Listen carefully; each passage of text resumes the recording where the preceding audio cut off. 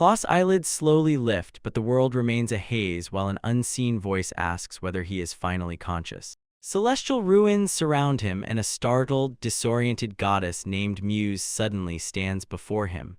Klaus calls for his brother, only for her to ask whether he remembers what brought him here. The violent image of a lightning strike tears through his memory as she reveals the grim truth. Divine energy hit him, leaving him poised at the very edge of death, and she admits the tragedy is her fault. Muse explains that the gods preserve the world's balance by granting power to those with talent or noble qualities. Yet while monsters grow increasingly active in the demon realm, her careless mistake bestowed immense power on him, an ordinary person with no talent. The revelation lands with crushing force. His mortal body could not endure such an enormous surge of power, and as he lies in critical condition, he quietly accepts that he is dying. But her mood abruptly turns almost cheerful as she casually announces that he will not die after all, leaving Klaus completely bewildered by the sudden change. She has already used her divine influence to mend his shattered essence and enlarge his capacity for the power she gave him. Relieved that her mistake did not kill anyone, Muse smiles while Klaus realizes his life has been saved. As her form begins to fade, she explains that recovering the energy spent healing him will take time. Her final request is simple. If he can, he should use his new power to help the world, and he watches her vanish as that responsibility settles over him. Klaus accepts the divine burden without hesitation, his eyes bright with newfound purpose. Fully aware of the weight behind Muse's request, he firmly vows to help in every way he can. His enthusiasm spills over as he vigorously shakes the goddess' hands and repeatedly thanks her for the chance she has given him. Caught off guard by that sudden energy, Muse can answer only with a faint, bewildered smile. Once she regains her composure, Muse leans closer to share one last warning. A particular skill has awakened within him, and mastering it will be essential if he hopes to survive the trials awaiting him in the mortal realm. Her words continue echoing as the divine realm dissolves and Klaus plunges back toward the world of humankind. Light and sensation blur together, with the goddess' final instructions lingering like a spectral whisper. Klaus gasps as his eyes fly open inside the familiar, modest room of his home. Before he can grasp that he has returned, his younger sister Celia crashes into him, wailing his name as she wraps him in her arms. The girl cannot stop crying, her tears soaking his tunic while she confesses how terrified she was that he would never awaken. Klaus stares down in silence, only now understanding what his absence did to those who love him. His parents soon approach, profound relief mingling with the worry still carved into their faces.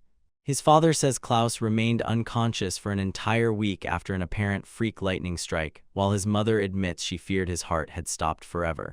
Their account brings back the divine force that surged through him, and his concern immediately shifts to Celia.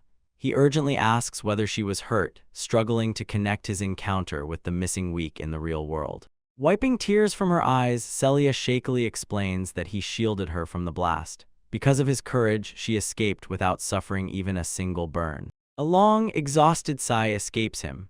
Knowing his sister is unharmed finally lifts the burden of fear from his shoulders. Still sitting in bed with Celia firmly clinging to him, Klaus tries to ease the awkward moment by tentatively asking for a little space, but she ignores the request. Celia simply smiles in complete contentment, explaining that the relief of having him back has left her feeling weak and peaceful.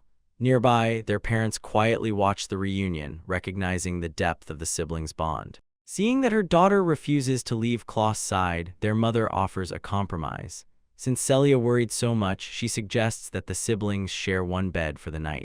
The proposal catches Klaus off guard, and he begins to protestantly for Celia to fling her arms around him and loudly declare her affection. Overwhelmed by her enthusiasm, he surrenders on the condition that it lasts for one night. Later, the moon climbs over the peaceful cottage while an unusual sound carries from somewhere within its walls. Klaus soon learns that his sister's affection has a very literal, crushing strength. Celia sleeps peacefully while her arms tighten around him like a vice, leaving him struggling for breath in the middle of the night. Pinned inside that embrace, he hears her murmur his name in her sleep, her face perfectly serene despite the previous night's ordeal. After gently freeing himself, Klaus remembers the divine encounter and Muse's mention of a special gift. With a whispered command, he summons his status window. A translucent screen shimmers into view, listing his modest attributes. Strength and stamina at rank E, magic and spirit at rank G. It also identifies him as a healthy 16-year-old human blessed by the divine. One unfamiliar entry at the bottom immediately widens his unique skill called incubation, unlike any power he has heard of before. Eager to test it, Klaus brushes aside his mother's worried questions and assures her that he feels perfectly fine. His thoughts remain fixed on Muse's calm presence and the power she placed within him. The name leads him to a simple conclusion. The skill must nurture life, and something called incubation is surely connected to an egg's development. Excitement lights his eyes. If he can obtain an egg, he can finally discover the true nature of his divine gift and test that theory for himself. After securing one from a local farm, Klaus sits alone in the grass with the small, fragile egg cupped in his hands. His heart pounds as he prepares to activate the skill and admits that the prospect makes him more than a little nervous. Holding the egg firmly, he closes his eyes and concentrates. He remembers Celia explaining that once a skill appears, focusing one's intent is enough to understand its use, and he steels himself for whatever follows. A sharp sound shatters his concentration as brilliant light suddenly begins pouring from the shell. Klaus recoils with wide-eyed shock when a strange, draining sensation seizes him, as though something essential is being pulled straight from his body. Gasping, he wonders what is happening. He watches without blinking as the first cracks spread like a web across the shell, silently urging the process onward. One final burst of light breaks the shell apart, leaving a tiny, fluffy chick chirping softly in his palms. Astonished, Klaus can barely accept that the egg truly hatched. The effort leaves him trembling and short of breath. A weary laugh escapes him as he admits that, although the skill worked, its cost was far greater than expected, and he slumps with his energy completely drained. Collapsed on the grass outside the stone building, Klaus stares at the sky and confronts the harsh truth. If one chick exhausts him this badly, he cannot continue. Sunset gives way to the first stars of twilight, and silence settles over the house while the exhausted youth recovers from his first successful use of divine power. Klaus releases a ragged breath as sweat beads across his forehead and the full weight of exhaustion settles in. Activating the new skill once has drained him far beyond anything he expected. He staggers toward the safety of home, astonished that a single use of divine power could punish his body so severely. The evening calm does little to ease the strain. Near the door, hesitation suddenly stops him. Wondering whether Celia is still upset, he pauses beside the window with one hand hovering near the frame and tries to sense the mood inside. Raised voices make his breath catch. Confused by the heat in the discussion, Klaus leans closer, never expecting to return home to a family argument. Inside, his father reminds Celia that raising his late sister's child is his duty, but she tearfully cuts him off and insists she has decided to stay. Her mother mentions the girl's magical potential while trying to reason with her, yet Celia refuses to listen. Celia presses on, crying that the family went into debt to pay for Klaus' medicine and could never afford the Royal Academy's enormous entrance fees. She is determined to stop burdening the household. Hearing her through the window forces Klaus to confront the struggles his family quietly endured for him. Their sacrifice weighs on him more heavily than any physical exhaustion. He sees the pattern of their lives with painful clarity, his mother preparing meals, his tired father continuing to work, and Celia caring for him. Gratitude and guilt overwhelm Klaus as he realizes how much they gave without ever showing the cost. Watching his sister from the shadows, he remembers how brightly her eyes shone whenever she spoke about the capital.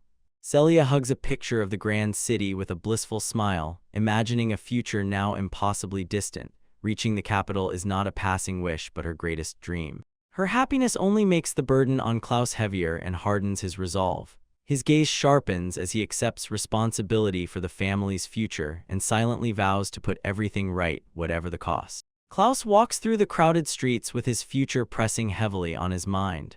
An ordinary laborer's wages could never cover the steep tuition, forcing him to consider a more drastic path. Studying a pouch of coins, he realizes that scraping together meager earnings will not be enough. He needs a way to secure a substantial sum all at once.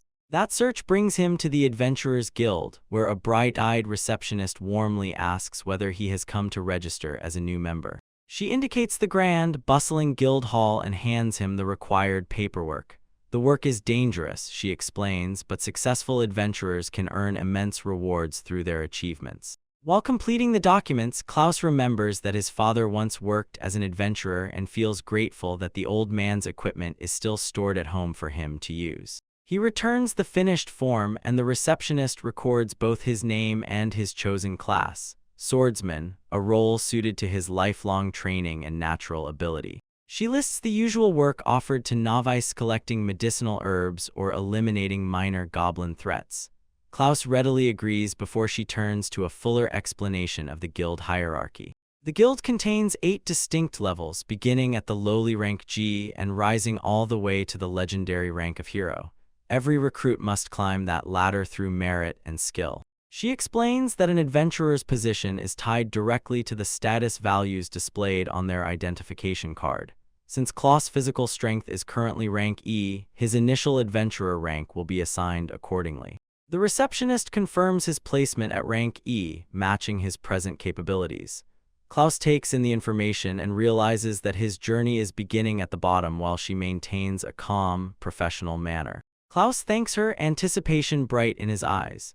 She explains that some quests are rank-restricted but permanent requests remain open to everyone. Encouraged, he announces that he will begin immediately, and she cheers him on with the promise that steady work on small jobs can eventually bring substantial rewards. With his father's old sword in hand and his determination set, Klaus strides back into the world. However humble the start, he swears to prove his worth and earn his place as a genuine adventurer. Hours later, he returns looking far more exhausted. The receptionist sets 2 small coins on the counter as payment for his first completed commission, and Klaus quietly thanks her as he accepts them. His first outing leaves him caught between disappointment and realism. He entered the forest outside the village dreaming of goblin battles, only to spend the entire day combing through undergrowth and return with merely a few common medicinal herbs. Completely drained by the tedious search, Klaus collapses against the guild counter. The receptionist answers his dejection with a sympathetic smile, reminding him that every great adventurer once stood where he does and that even one herb counts as progress. With a heavy sigh, Klaus mutters that the grueling task felt no different from an ordinary laborer's day. A large, boisterous man suddenly towers over him, slaps a heavy hand onto his shoulder, calls him a rookie, and grins challengingly while asking how his first day of heroic work went. The veteran roars with laughter over the single herb Klaus managed to collect on his first venture. The receptionist quickly scolds him for tormenting a newcomer, though his amusement at the boy's meager result nearly drowns her out. That evening, the veteran dominates a crowded guild hall table, loudly boasting about defeating an orc alone. Surrounded by ale and rowdy celebration, he invites his companions to drink freely at his expense and revels in his reputation as a successful adventurer. While the man's shouting continues behind them, the receptionist quietly apologizes to Klaus. She explains that the arrogant adventurer is a seasoned guild member and that veterans often behave this way, leaving Klaus to respond to her kindness with a tired, uncertain smile. Night settles over the quiet village outskirts, stretching long shadows across the modest rounded rooftops as the day finally comes to an end. In his small room, Klaus sits at the desk and watches the tiny chick chirp and hop across the wood. He considers the goddess-given skill and decides that, however humble or unsuited to battle it may be, allowing a divine gift to go unused would be wasteful. The ability offers no value in combat, but its practical use is undeniable. By hatching eggs himself, he can preserve the few coins earned from gathering and patiently build a foundation for the future. The pressure of his situation suddenly overwhelms him, and Klaus clutches his head in fierce frustration. He quickly forces the doubt aside, reminding himself that progress is being made and that, for Celia's sake, he cannot show weakness or abandon his path. Renewed determination sends him back into the forest the following morning. Day after day, he devotes himself to collecting medicinal herbs, relying on persistence and hard work to prove his worth. Soon his hands find a steady, increasingly precise rhythm. The first days barely produced a single leaf, but after a week of persistence, he can gather several herbs at once, steadily enlarging each bundle. That discipline continues after sunset. Every evening following work, Klaus collects an egg from the poultry farm and hatches it before sleeping. As the cycle repeats, the crushing exhaustion gradually gives way to practiced ease. Back among the trees, he measures his progress and realizes that this pace might bring his financial goal within reach sooner than expected. Then his sharpened eyes catch another flash of green, a fresh herb. Klaus reaches for it only to leap back when the undergrowth suddenly moves. Something unexpectedly large is hiding exactly where the herb should be. A plump, segmented creature with huge, curious eyes crawls from the foliage, a magic worm that seems completely unconcerned by his presence. Watching it continuously devour the very plants he needs finally explains why herbs are so scarce. Klaus is not the forest's only harvester, and this creature possesses a voracious appetite. Even more astonishingly, the creature is doing more than feeding it lays a cluster of small, pale eggs directly in front of him. Stories return to Klaus about magicworm silk, which carries mana and commands high prices in luxury clothing. A life-changing possibility takes root. If his skill can hatch these eggs too, they may provide the windfall he desperately needs. Back in the quiet of his room, he studies the magicworm eggs with equal parts anticipation and calculation. Extensive practice with ordinary chicken eggs now allows him to hatch several at once, making this the perfect chance to test his limits on a magical creature. As Klaus places a hand over the egg's smooth surface, a gentle rhythm of pulsing light signals that his innate power has activated. The monster shell resists far more than expected, drawing beads of sweat across his forehead as the strain mounts. It has been some time since he pushed himself this hard, but he feels the life inside begin to stir and answers with one final surge of will, triggering a brilliant flash. When the radiance recedes, a small, plump magic worm with enormous, curious eyes sits among the broken shell. Klaus exhales in relief as the newborn immediately attacks a leaf with an insatiable appetite. He thoughtfully follows the little creature's energetic movements and decides to keep it nearby while observing its growth. His attention then shifts to his own development, prompting him to summon the status window. The shimmering interface appears and clearly identifies his principal talent, the hatching skill. Klaus carefully studies his statistics, including his age of 16 and modest physical attributes, all overshadowed by the prestigious title of one blessed by the goddess Muse. Even with every number and rank visible, the purpose behind such a peculiar gift remains unclear. Leaning against his home's wooden wall, he gazes toward the horizon in quiet contemplation. Klaus cannot stop wondering what larger design Muse has prepared and how she expects a skill as strange as hatching to serve the wider world. He remembers the goddess' divine presence and her gentle but resolute plea that he use his unique gift for the world's sake, however insignificant it might appear. Resting his head, Klaus sighs deeply over his lack of martial strength and wishes for enough raw power to face even one orc alone. The newly hatched creature interrupts his gloom with a quiet form of comfort, coaxing a small laugh from him. Looking at the plump larva, Klaus makes a sudden choice and names his new companion Purple, leaving the creature staring back in wide-eyed wonder. That bond ignites a brilliant flash around them as a spectral announcement formally establishes a monster contract. An unseen voice reports that this new alliance has granted Klaus a small but meaningful increase in magical reserves. The voice reverberating directly inside his mind startles him into leaping backward and searching the room for a source that does not exist. His confusion gives way to sheer disbelief when a shimmering interface materializes and reveals information he never expected. The glowing display confirms his new reality. He is a 16-year-old human blessed by the goddess Muse with modest physical and mental attributes, a newly forged bond with a magic worm, and increased magical potential as a result. Klaus watches in awe as new entries form on the translucent interface, their light reflecting across his untidy hair. The screen records both the hatching skill and a slight rise in his magical reserves, confirming his bond with the magic worm. As the entire text abruptly rewrites itself, Klaus exclaims in disbelief. Purple watches curiously beside him while he struggles with the meaning of this power and wonders aloud what the hatching skill truly represents, his heart pounding before the complex display. Deep in the forest, the young adventurer surges toward a snarling goblin and sends his blade slicing through the air. One decisive strike drops the creature, and Klaus declares it the hunt's final enemy. 2 weeks have passed since he named Purple, and his field skills have grown noticeably sharper. Challenges still confront him, but Klaus remains devoted to a path that once felt unreachable, discovering genuine purpose in an adventurer's life. Completing the request earns him 3 silver coins, and he celebrates the reward as another meaningful step toward stability. Later, Klaus rests in a sunlit clearing and watches his small companion while reflecting on the passing days. The mystery around his ability is slowly opening. This is no random fluke, but an organized system he has only begun to master. The plump, inquisitive creature is the living proof of a monster contract a bond that gives its user authority to command and lead beings from the monstrous realm. Klaus reasons that the bond requires strict conditions. The subject must truly be a monster, and it must receive a formal name when the attachment is made. That explains why every attempt involving an ordinary animal failed. Back in the safety of his quarters, a change in Purple's behavior catches his attention. The little creature chirps urgently, and Klaus leans closer, wondering whether it has found something important. Walking through dense foliage, Klaus reflects on how subtly reality changed after naming Purple. He can now faintly sense the creature's intentions as though they were his own. His thoughts turn to his development as he notices a significant increase in magical power.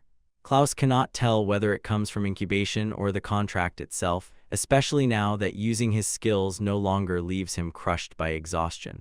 Purple interrupts that reflection by leading him to an enormous patch of valuable plants, and the size of the day's haul draws an excited cry from Klaus. Their work soon pays off at the guild, where the receptionist places a substantial pile of reward coins before him for completing the request. She cannot conceal her astonishment. Someone who became an adventurer only a month ago has gathered an incredible quantity of herbs. Klaus modestly thanks her, visibly unprepared for the weight of such praise. Her admiration continues as she points out that his results surpass those of many seasoned veterans, regarding the young man with professional respect and genuine wonder. Klaus remains humble and gives nearly all the credit to Purple. A veteran adventurer overhears from behind them, and disbelief slowly twists his face into growing irritation. As Klaus prepares to leave, the seasoned warrior keeps watching him, his narrowed eyes filled with a dangerous blend of suspicion and resentment. The veteran freezes when the receptionist sharply rebukes him. She explains that his arrogance toward newcomers is especially misplaced when someone like Klaus can produce such results, leaving him frustrated and unable to answer her calm dismissal. Klaus walks away from the counter with the heavy coin pouch serving as tangible proof of success. He looks down at the bag, quiet resolve settling across his face. On the edge of town, a peaceful circular cottage stands beneath the soft afternoon light, its stone walls and thatched roof glowing warmly. Inside the modest home, Klaus sits with his family around the dinner table. A heavy silence lingers as his parents and sister watch him with curious expectation. He sets the heavy bag on the table, and the metallic clink immediately captures everyone's attention. His father leans closer with a serious expression and searches Klaus' face while asking where so much money came from. Rising passionately from his chair, Klaus reveals his plan. The money will send Celia to the royal capital for a proper education. Shock widens the girl's eyes, and her hands fly to her face as the scale of her brother's sacrifice becomes clear. A stunned hush settles over the room. His father admits that Klaus' secret daily activities had made him suspicious, but he never imagined everything was being done for Celia's future. The father sighs, his stern expression finally softening, and explains that he is not blaming his son. He shares the dream of seeing his daughter study in the capital and is deeply moved by the selfless road Klaus chose. He formally gives his blessing. Celia will study in the capital. Overcome with emotion, she presses her hands to her face as joyful tears gather while celebration spreads through the family. Turning to Klaus, his father asks whether he plans to remain an adventurer now that the immediate financial burden is gone. Klaus pauses as the question weighs on the silent room. He looks back on his beginning and admits that his motive was entirely practical. Klaus pushed himself to the limit solely to pay for his sister's education, convinced that helping her was his responsibility. Yet working with his unique skill gradually changed something within him. Seeing its real potential firsthand expanded his purpose beyond simple necessity. The image of the divine muse returns to his thoughts and strengthens his belief that a special, hidden power still sleeps inside him. Only by continuing as an adventurer can he uncover the truth behind it. With fresh determination blazing in his eyes, Klaus declares that he will stay on this path and discover his genuine worth. He is no longer merely working toward one goal, he is searching for his own identity. His father studies him until a small, knowing smile finally appears. Chuckling softly at the sincere passion on Klaus' face, he remarks that his son at last seems to be enjoying himself. That decision prompts a surprising instruction. Klaus must prepare to travel to the royal capital with Celia. The unexpected turn leaves the young adventurer wide-eyed and temporarily speechless. Klaus listens closely as his father attaches a stern condition to that future. Remaining an adventurer will carry a pricey challenge severe enough to test the limits of his resolve. Both Klaus and Celia stare in shock when their father orders them to make the journey to the royal capital together. The decree hangs heavily over the room, bringing their quiet village life to an end. Standing amid the familiar home, Klaus finally feels the gravity of the task. To prove himself, he must earn the prestigious and difficult title of National Adventurer. A carriage rattles over the dusty road as Klaus and Celia leave their hometown and head toward the distant horizon. Klaus reflects on the moment a month earlier when his father imposed a strict condition on his continued life as an adventurer. Their destination is the Grand Adventurers Guild in the royal capital, the only place where the elite National Adventurer examination is held. Brother and sister travel toward a new chapter together, with Celia pursuing her studies in the city alongside his own quest. Klaus understands that the title is a rare distinction, reserved for those with both the wisdom and strength to rise above everyone else. His father refused to compromise, granting Klaus only a single year to prove that adventuring could support him and that he was not depending on something fleeting. With a firm hand on his son's shoulder, the man vowed to accept Klaus' choice only if he earned the qualification before the deadline. His final command stayed with Klaus: step forward and reveal his true power to the world. The challenge was severe, but Klaus knew that genuine ability would let him survive the dangers of an adventurer's path and satisfy his father's expectations. A carriage driver notices his pensive passenger and interrupts the silence with conversation, asking whether the boy is an adventurer making the long journey to the capital for the prestigious qualification examination. With a humble smile, Klaus admits he remains a novice. Years of strict sword training under his father never once allowed him to defeat the veteran in a duel. Determination suddenly surges through him as he declares that a strict one-year deadline leaves no moment to waste. Klaus even grimly welcomes the possibility of a monster ambush, viewing it as essential combat experience. The driver praises his diligent attitude while the horse-drawn wagon steadily rattles along the twisting mountain pass beneath the lowering sun. An unnatural sound abruptly sharpens Klaus' senses, and he scans the surrounding woods with an intensity that confuses the driver. Nearby travelers also stop as the trail's peace suddenly breaks. A deep, guttural growl vibrates through the air. Massive, jagged fangs emerge from dense foliage, confirming the group's worst fear. Something else is on the road with them. Klaus does not hesitate. His hand shoots to the sword as a huge beast bursts from the shadows with a deafening roar, forcing the terrified driver to cower while the ambush begins. Looking toward the chaos ahead, the young warrior immediately recognizes that monsters are attacking the road. He turns to his companion inside the carriage and announces that he is going out to help, leaving her behind where she will be safer.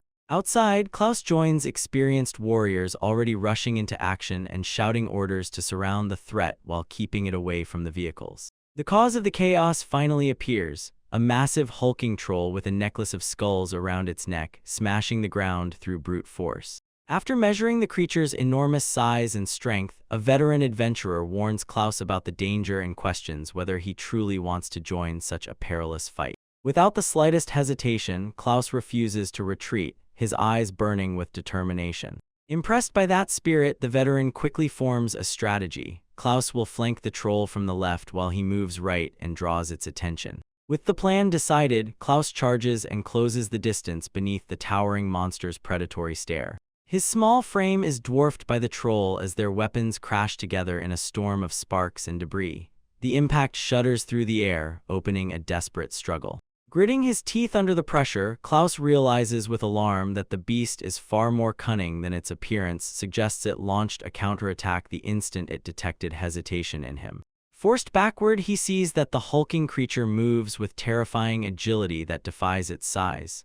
This is no ordinary goblin. Its oppressive presence marks it as a far deadlier opponent. The troll towers above him, primal aggression twisting its features while cold, predatory eyes remain locked on their prey. Klaus steadies himself and hardens his resolve before the grim truth. One careless moment will turn him from hunter into hunted. He recalls Celia's serious warning about the road ahead, including that any trolls they encounter are classified as C-rank monsters and pose a grave danger to travelers. Her lesson emphasized how deceptive their sluggish appearance could be. One swing of a troll's enormous club was said to shatter even the strongest shield held by a seasoned fighter. Klaus draws a steady breath with his hand firm on the sword hilt, knowing that carelessness or underestimating an enemy in this world can bring a swift and permanent end. Theory suddenly becomes terrifyingly real when the massive troll lunges and sends its heavy club through the air with bone-crushing force. The young warrior rapidly applies everything he learned and identifies the club as the primary danger. A direct blow means instant death, leaving no margin for error. As the monster prepares to strike again, Klaus detects an opening. Once committed to an attack, its movements become predictable. He darts toward the troll's left flank, aiming for the side left unprotected by its massive weapon. Confidence surges as Klaus ducks beneath the club and watches it smash into the ground. His eyes stay fixed on the target while he readies a counterattack. The troll's club misses him by a narrow margin and slams into the earth, hurling fragments of rock and dust through the air. An enormous crater testifies to the creature's raw strength, but Klaus has already repositioned safely beyond the impact zone. Wiping sweat from his brow, he admits that he was careless. One direct hit would have killed him. The hulking beast shows no fatigue and continues looming over him with murderous intent. His training with a veteran adventurer resurfaces, especially the stern command never to oppose a large monster with raw strength. Against overwhelming power, he was taught to parry and redirect momentum until the response became instinct. Narrowing his eyes, Klaus controls his breathing and pours every ounce of concentration into the monster's movements, waiting for the perfect instant. When the troll attacks again, he steps into the swing instead of retreating and uses his blade to guide the enormous arm harmlessly past, leaving the creature overextended. With the troll's defense completely broken, Klaus gathers his strength as concentrated magical energy begins humming around his hand in preparation for a devastating counterblow. He lunges and the carriage driver and his companion can only stare in stunned silence as the fast, precise strike catches the beast entirely unprepared. Klaus remains hunched over and gasping as the battle's adrenaline drains away. A veteran adventurer approaches, praises his performance with a hand on his shoulder, and insists that he has done enough, urging him to rest while they handle what remains. Despite the praise, Klaus studies his trembling hands and accepts that he reached the absolute boundary of his current ability. The distance between him and the strength needed to face such a monster alone weighs heavily, leaving him to wonder how much harsher his training must become. The carriage returns to the road, slowly leaving the troll attack behind. Occasional accidents and delays fail to derail the journey, and eventually the royal capital's majestic spires rise along the horizon. Belladonna spreads before them, a vast city of stone and towers at the kingdom's heart. Their long, dangerous passage through the wilds has finally ended successfully. The carriage rolls through enormous stone gates, replacing the open roads quiet with the vibrant pulse of city life. Commerce and conversation fill the air as people move beneath the great walls. With the destination reached, the veteran declares their contract complete. Before leaving, he sincerely invites Klaus to join their party if the coming examination goes badly, and Klaus answers with a polite, non-committal laugh and a promise to remember the offer. Nearby, the driver tells other passengers how monsters attacked them repeatedly along the way and how Klaus entered every fight without hesitation, earning the seasoned guard's respect. Klaus remains modest and insists that he only followed their instructions. Celia turns to Klaus and explains that she must now report to the academy for enrollment. She asks whether he is going directly to the Adventurers Guild as planned, and he confirms that he is. Klaus explains that their separation will last only 1 year while each pursues a different path. The girl hesitates before looking up and quietly acknowledging how busy he will be. Even so, she asks whether they can meet at least once every week. Resting a gentle hand on her head, Klaus offers reassurance. He cannot promise everything, but whenever life becomes too difficult, she should call him and he will come running. With that promise between them, the siblings finally part.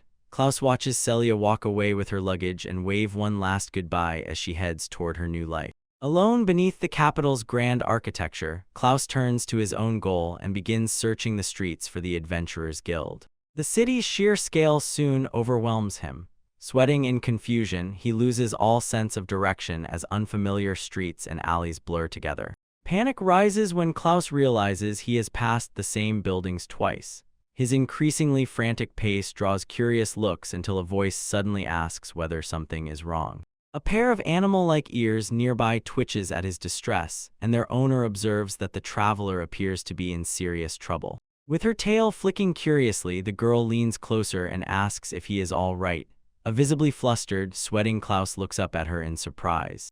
Klaus watches the beastkin girl eat with tremendous enthusiasm and confirms that her name is Carol, which she acknowledges without slowing down. He thanks her for helping him in an unfamiliar capital, explaining that having a guide is a great relief. Carol agrees to lead the way and mentions that she also has business at the Adventurers Guild. Her ears twitch while she speaks, a detail Klaus immediately notices as they set off through the crowded streets. Klaus finds himself captivated by her animal ears and the strange comfort they inspire. Her presence feels remarkably calming, and he cannot help thinking how pleasant it is to be near her. Her table manners, however, are far less charming. Carol devours the meal without restraint, apparently unaware of the crumbs and sauce covering her cheeks. Seeing the mess, Klaus instinctively reaches toward her and gently points out that something is stuck to her face. With a careful touch, he wipes the stray food from Carol's cheek. The moment Klaus realizes what he has done, he jerks his hand back and apologizes. Caring for his younger sister, Celia made the gesture habitual, he explains, and he never intended to act overly familiar. Carol stares as a faint blush rises across her face. Their conversation shifts to his experience while they continue toward the guild. Asked about previous requests and combat, Klaus modestly admits that he mostly gathered herbs, though he once defeated a goblin alone. Carol then explains the capital's harsh economic reality. Advanced cultivation facilities have made his herb-gathering specialty obsolete here. The news visibly shakes him. His shoulders sag in dejection as Klaus admits that he cannot rely on simple foraging forever. Carol silently watches him confront the need for a different path. As they move through the bustling streets, the discussion turns to the city's grim statistics. Countless would-be adventurers arrive carrying enormous hopes, yet most leave empty-handed and unable to earn a living. Sensing his anxiety, Carol offers a stern warning not to reach beyond what his present abilities can handle. In response, Klaus reveals his real ambition. He left the countryside specifically to attempt the National Adventurer Examination. Intrigued, she asks whether that is truly the goal he intends to pursue. Klaus wonders whether she knows something about the test from the inside, but Carol answers only with the cryptic admission that she knows a little. Her ears suddenly twitch as she acknowledges that she does not know the personal reason behind his lofty ambition. Carol stops and fixes Klaus with intensely serious eyes, making one truth unmistakable. Becoming a national adventurer is no simple accomplishment. The gravity in her words leaves him briefly stunned. She continues with a grim fact: national examination passes only one candidate in 1,000. Competitors arrive from across the country, and many die while desperately trying to succeed before the strict time limit expires. Once the warning is complete, Carol announces that they have arrived. Klaus lifts his head, startled out of his thoughts by the destination before them. A grand multi-story building rises ahead, standing at the center of the city's martial power. With a flourish, Carol welcomes him to the Adventurers Guild. Inside, seasoned warriors and hopeful recruits fill a hall alive with conversation, while the scent of iron hangs thick in the air.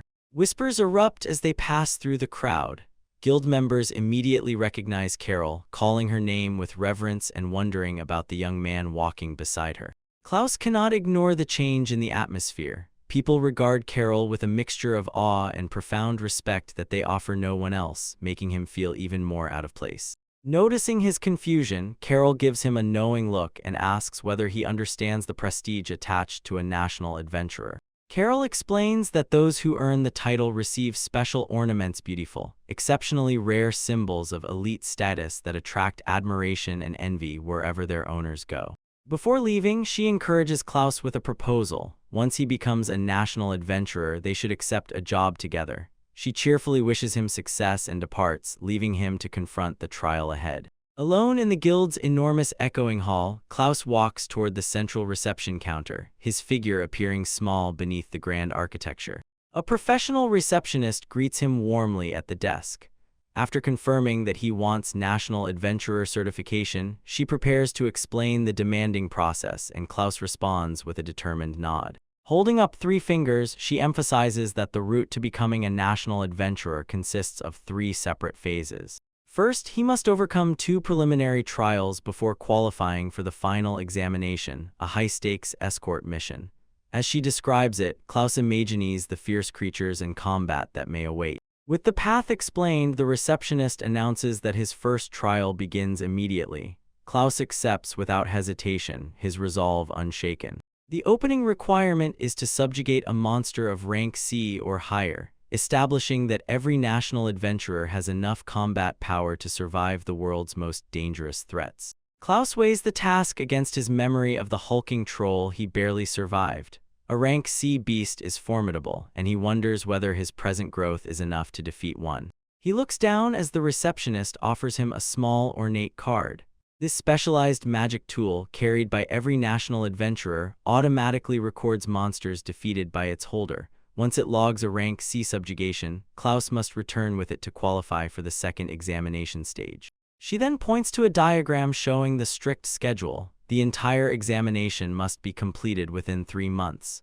Failure will erase all progress and force him to restart the application from the beginning. Outside in the cool evening air, Klaus tightens his grip on the recording card and prepares for the coming hunt. He wants to test himself against a rank C enemy, but first there is one particular place he needs to visit. A stylized dragon marks the entrance to the Tamer Guild, an institution of great importance to anyone following the Beastmaster's path. The grand organization brings together people capable of bonding with monsters while serving as a center for ecological research and the management of tamed creatures. Klaus enters the busy hall, approaches reception, and politely announces that he wants to register a new familiar. A cheerful short-haired receptionist in glasses welcomes him warmly, just as Klaus encourages his companion Purple to emerge. He places the little creature on the counter and quietly apologizes for keeping it hidden throughout their long journey. Leaning closer, the receptionist widens her eyes behind the lenses and identifies a rare magic worm, genuinely astonished to encounter one in person.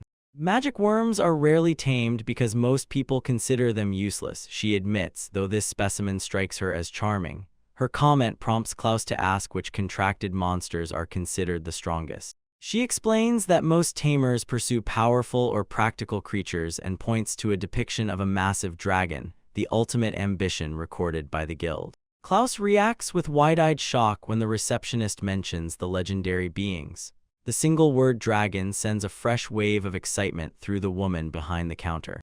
Eyes gleaming behind her spectacles, she leans forward and describes their magnificence. Immense bodies, noble spirits, fearsome power in battle, and most remarkable of all intelligence capable of truly comprehending human speech. The one person known to have tamed such a creature succeeded only by chance, she continues, after being present at the exact instant a dragon egg hatched. It was an opportunity that comes once in a lifetime. Realizing how animated she has become, the receptionist clears her throat and restores her professional composure. Klaus cannot suppress a smile at the obvious depth of her passion for monsters. She moves on to the guild's 3 central rules. First, every tamer must ensure that their familiar remains safe and threatens no one. Second, using a familiar in any crime is strictly prohibited.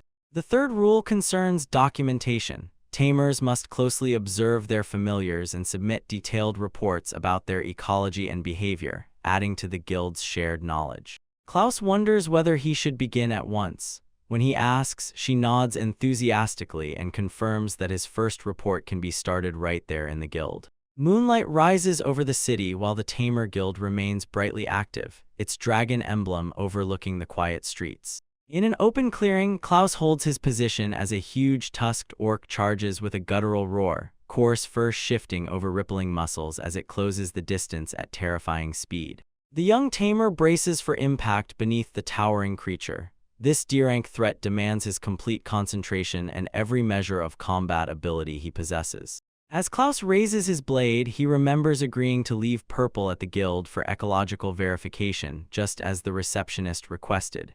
This trial must therefore be faced alone. He sees the situation as the first stage of his examination and realizes the receptionist's request may be fortunate. It gives him a perfect chance to measure how far his own strength can carry him. The beast swings a heavy club, but Klaus dives beneath it and answers with a sharp counter-strike.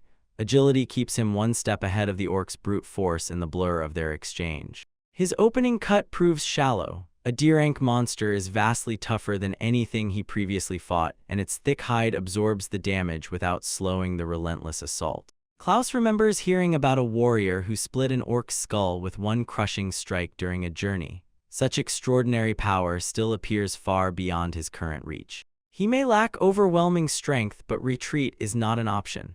Being alone changes nothing about what must be done, and determination settles over him as he prepares to finish the battle on his terms. Klaus surges forward, every movement becoming a blur of calculated precision as he engages the enormous beast. Each deliberate strike chips away at the opponent's strength, guided by his understanding that victory often comes from steadily wearing an enemy down. At last, the creature hits the dirt with a heavy thud, leaving Klaus alone in the sudden stillness of the clearing. Bent over with his hands on his knees, he gasps for breath as fading adrenaline gives way to a deep, aching exhaustion. From a rocky ledge high above, a silent watcher observes with keen interest and notes that Klaus won without suffering a single injury. Unaware of those eyes, Klaus reflects on the victory and commands his inner essence to reveal his present status. A shimmering record of his growth appears, age 16, bearer of a divine blessing with strength, stamina, and agility now at the D-rank threshold.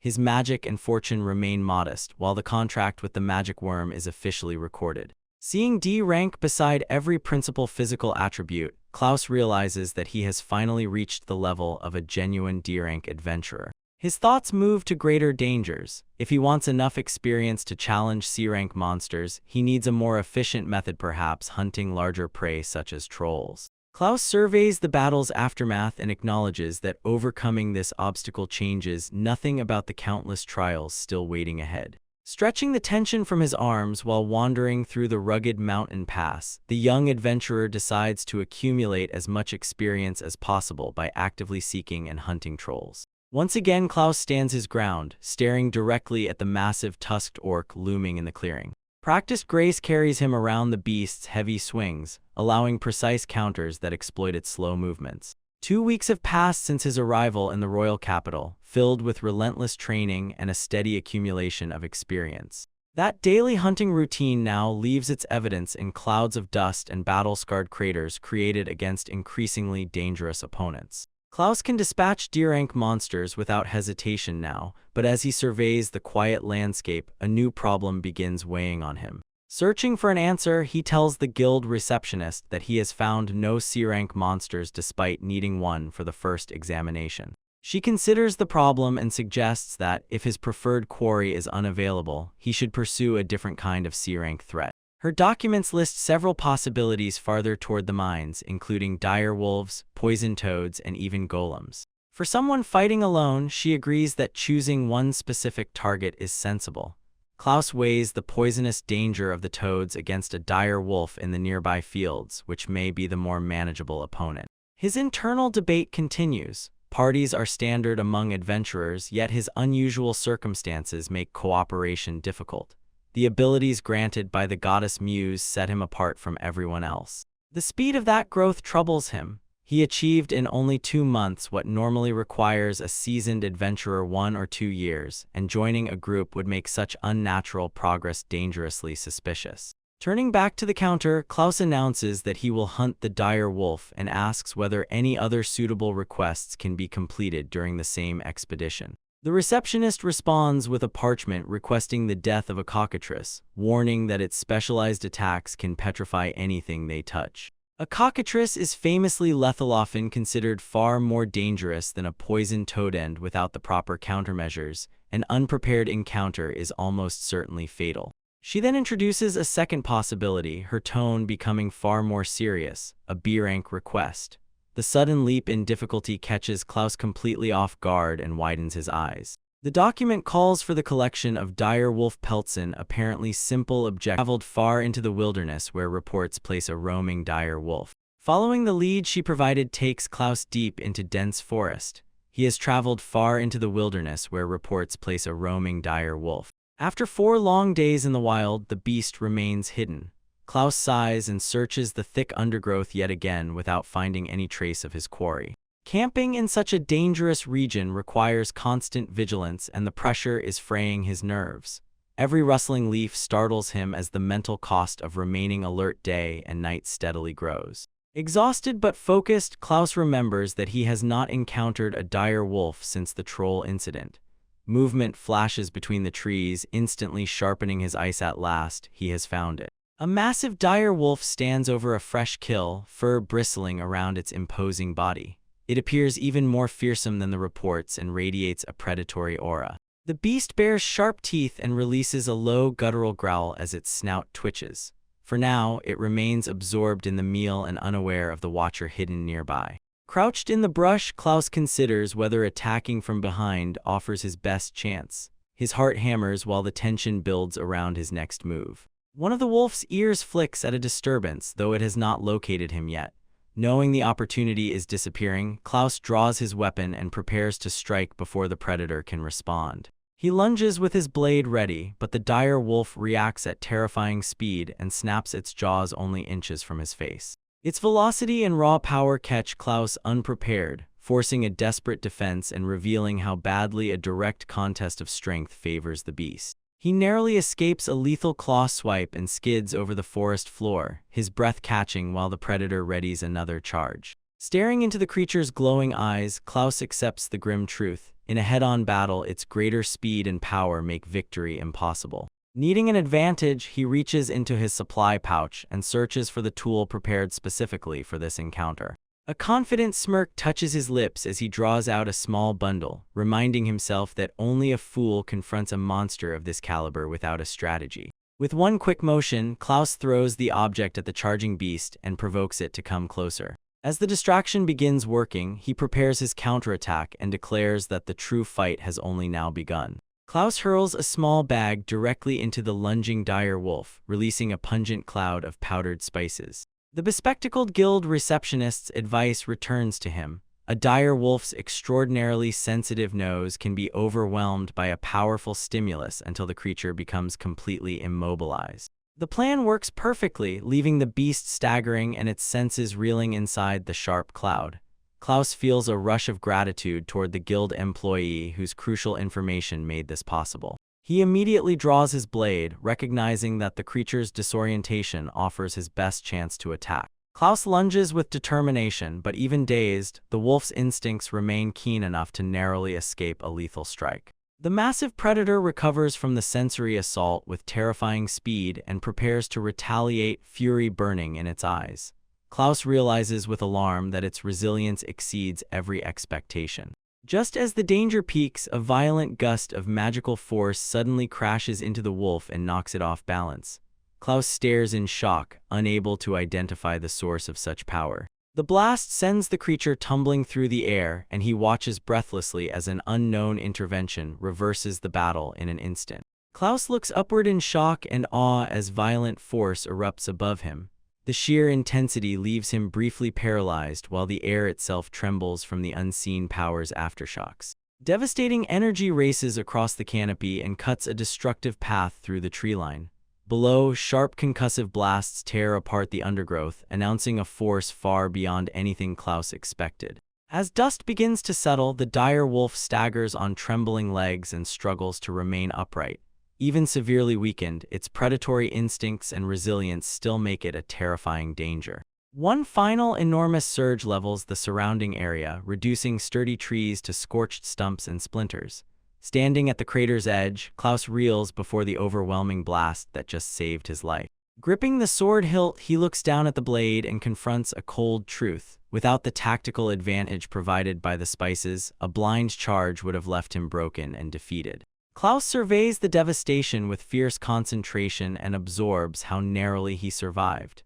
The near defeat reinforces a hard lesson: preparation matters every bit as much as strength in this world. The wounded beast makes a desperate final lunge before he can fully react, jaws snapping through the air. Klaus moves with practiced grace and delivers a decisive counterstrike that severs its momentum.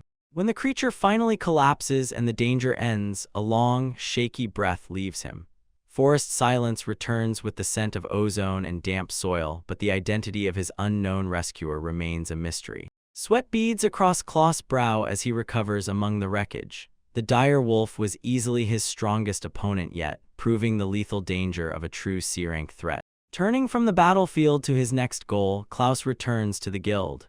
He He checks his status with focused determination, replacing exhaustion, and prepares to report the victory. Official proof rests on the counter, confirmation that he successfully subjugated a C-rank dire wolf, marking a major step through the ranks. Warm smiles welcome Klaus at reception, and the long-haired attendant sincerely congratulates him on officially clearing the promotion exam's first stage. She explains that the first obstacle is complete, but a second examination remains. Before continuing, she asks to keep his magic tool briefly while the necessary administrative changes are finalized, and Klaus prepares to hand it over. The receptionist accepts the device and tells him that completing the previous task unlocked advanced equipment functions. A faint glow shines from the tool as the system registers its update. A large luminous display suddenly unfolds with a new collection of challenges, widening Klaus' eyes while the receptionist observes his progress with a knowing smile. The second examination sends him back into the field to obtain 3 particular rare items selected from the displayed list of monsters ranked C or higher. She explains that the scroll is not an ordinary list but a live record of requests submitted by the kingdom's nobles and wealthiest merchants. Its entries constantly change as urgent demands from high society are fulfilled or replaced. Every active national adventurer and every candidate qualified for the promotion exam's second stage possesses the same list. These items are therefore not Klaus' private objective but shared prey for the elite. The implication quickly settles over him. This stage is a direct race. Klaus confirms that he must compete against experienced professionals for limited resources, and she solemnly explains that completed requests will disappear as others claim them first. Seeing his concern, the receptionist advises concentrating on plant materials.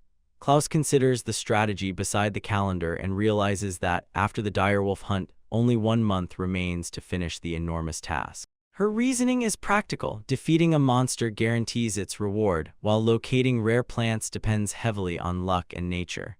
That uncertainty makes flora unattractive to adventurers who prefer reliable results. Most national adventurers therefore pursue powerful creatures whose defeat ensures an item, treating elusive plants as a risky waste of time and often leaving those requests untouched. With a playful wink, she repeats that trusting luck may be his best chance to avoid being crushed by the competition.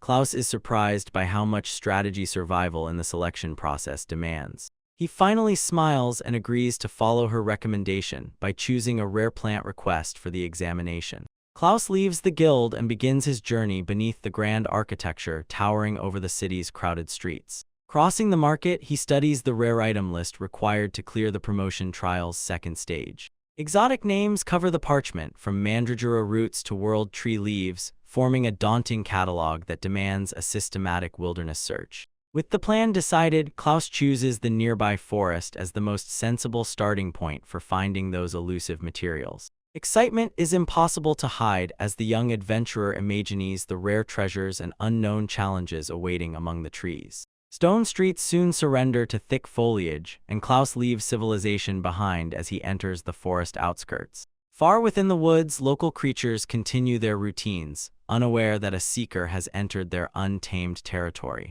A small horned creature pauses inside the dense growth and surveys the silent forest with alert dark eyes. Beyond it lies a concealed sanctuary where a massive speckled egg rests among wildflowers and jagged crystals. More creatures gather near a solitary tree in the distance, oblivious to ancient stone ruins half buried nearby. Klaus moves through the dense foliage with Purple resting comfortably on his shoulder. Looking at the creature's once tiny body, now sturdy and substantial, he marvels at how much his companion has grown. He remembers when Purple was fragile enough to fit easily in both hands. Smiling warmly, Klaus gives the creature a gentle pat and encourages it to grow even larger and stronger as they journey together. They press deeper into the forest in search of rare materials for the coming C-rank examination, with only 2 months left. Speed is essential, yet Purple's sudden behavior suggests they may already have discovered something important. The path opens into an enormous hidden clearing overflowing with lush growth, and Klaus gasps at a wilderb colony more impressive than anything he has ever seen. Purple begins nibbling the plants while Klaus asks whether they taste as good as they appear. Nothing near his hometown ever grew on this scale, revealing the true potential of the untamed wilderness. He reflects that these plants are normally cultivated in the royal capital and that few adventurers would travel this far to find them in nature. The possibility of rarer materials nearby enters his mind until Purple suddenly freezes with eyes widened by pure terror. The creature begins trembling and releasing frantic, high-pitched cries, its familiar calm completely gone. Klaus has never seen his companion so panicked, and the intensity sends a chill along his spine. He follows the direction Purple urgently indicates, trying to identify the source of that fear. Despite the growing dread, Klaus prepares to follow and face whatever waits among the shadowed trees. Instead, a shimmering plant rises before him, softly luminous leaves illuminating the forest floor. Purple chirps excitedly beside Klaus as both recognize the scale of their discovery. Closer inspection reveals overwhelming power radiating from the herb, its pressure nearly stealing Klaus' breath. Even Purple quivers with a mixture of anticipation and fear before the rare specimen. When Klaus checks the request list, a notification confirms the acquisition of a B-ranked crystal herb. Shock crosses his face. He came for a C-rank examination yet somehow found an item of far greater rarity and value. The tension leaves him exhausted and Klaus sinks to the ground while Purple stares longingly at the glowing leaves. With no immediate use for the plant, he asks whether his companion wants it.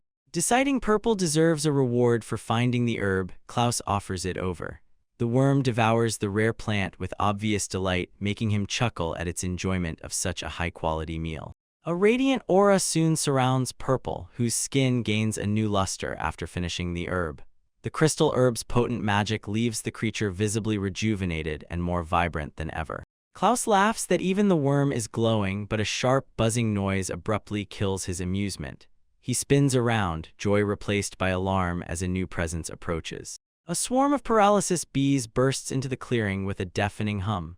Their toxin-laden stingers can immobilize even powerful warriors, and although their honey is highly prized, a group fiercely protecting its own is immensely dangerous. Their threat comes not from individual strength but coordinated swarm tactics capable of cornering and overwhelming prey. Klaus immediately recognizes the danger and studies the situation with a furrowed brow. He decides on a tactical retreat and urges a detour before the entire swarm can assemble. That plan ends with a sudden gasp when something entirely unexpected occurs. Purple springs from his shoulder, opens its mouth wide, and snatches one of the buzzing predators straight out of the air with startling precision. The worm swallows the monster in one efficient gulp.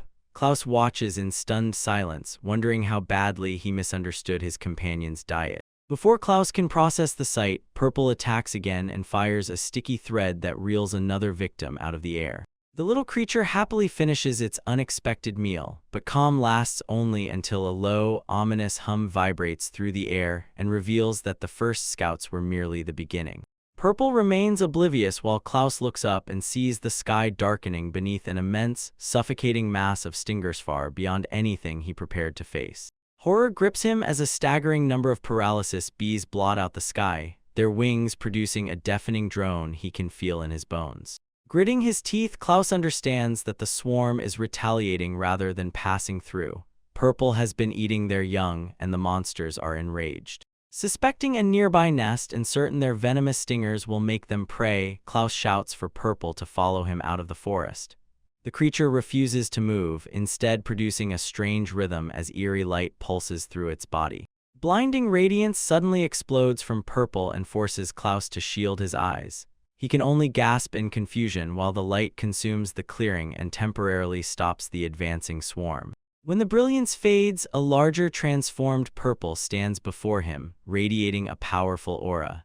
Its triumphant cry announces a dramatic reversal as the creature prepares to confront the swarm directly. Paralysis bees crowd the air, their frantically beating wings reduced to a blur as they descend. Klaus and his magicworm companion brace for the assault, keeping their eyes fixed on the buzzing threat. As they move through the forest, Klaus notices another strange change. A gentle pulsing light begins shining from Purple. The glow rapidly intensifies and floods the woods with brilliant white radiance.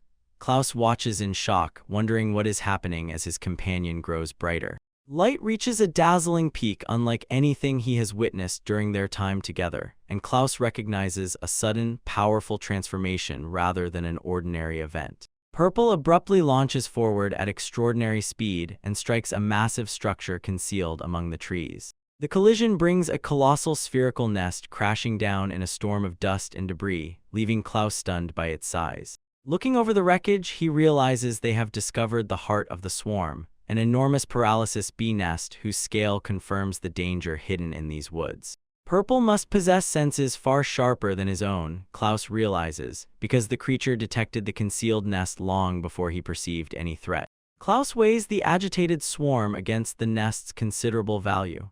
A paralysis bee nest can command a high price, but fighting so many enraged insects at once is far too dangerous, making retreat the only sensible choice. Purple chooses differently and unleashes a rapid volley of energy pulses that streak like arrows toward the buzzing targets. The display leaves Klaus speechless as every shot lands with the calculated precision of a seasoned sniper, picking bees from the air mid-flight. Seeing how effective the attack is, Klaus praises Purple's remarkable performance. With the swarm thrown into chaos, he recognizes a safe path out of the forest and urges an immediate retreat before that opportunity disappears. Instead, one final overwhelming burst follows, a concentrated explosion of light and force that flattens everything before it. The shockwave nearly throws Klaus from his feet, and he grits his teeth against the sudden wind and flying debris. As dust settles, silence returns to the forest, leaving only the ruined hive and fallen insects scattered across the ground. Klaus stands among the scorched remains of the paralysis bee nest, stunned by the destruction Purple created and forced to reconsider the hidden depth of his companion's power.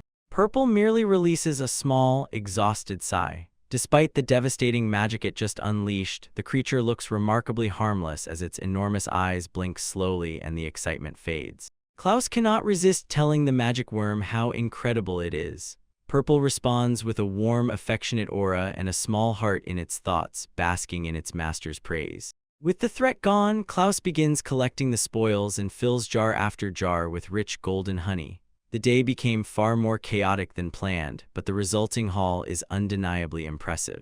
Once the work is finished, he calls Purple to leave. The worm remains near the crater, moving sluggishly as the cost of its exertion catches up.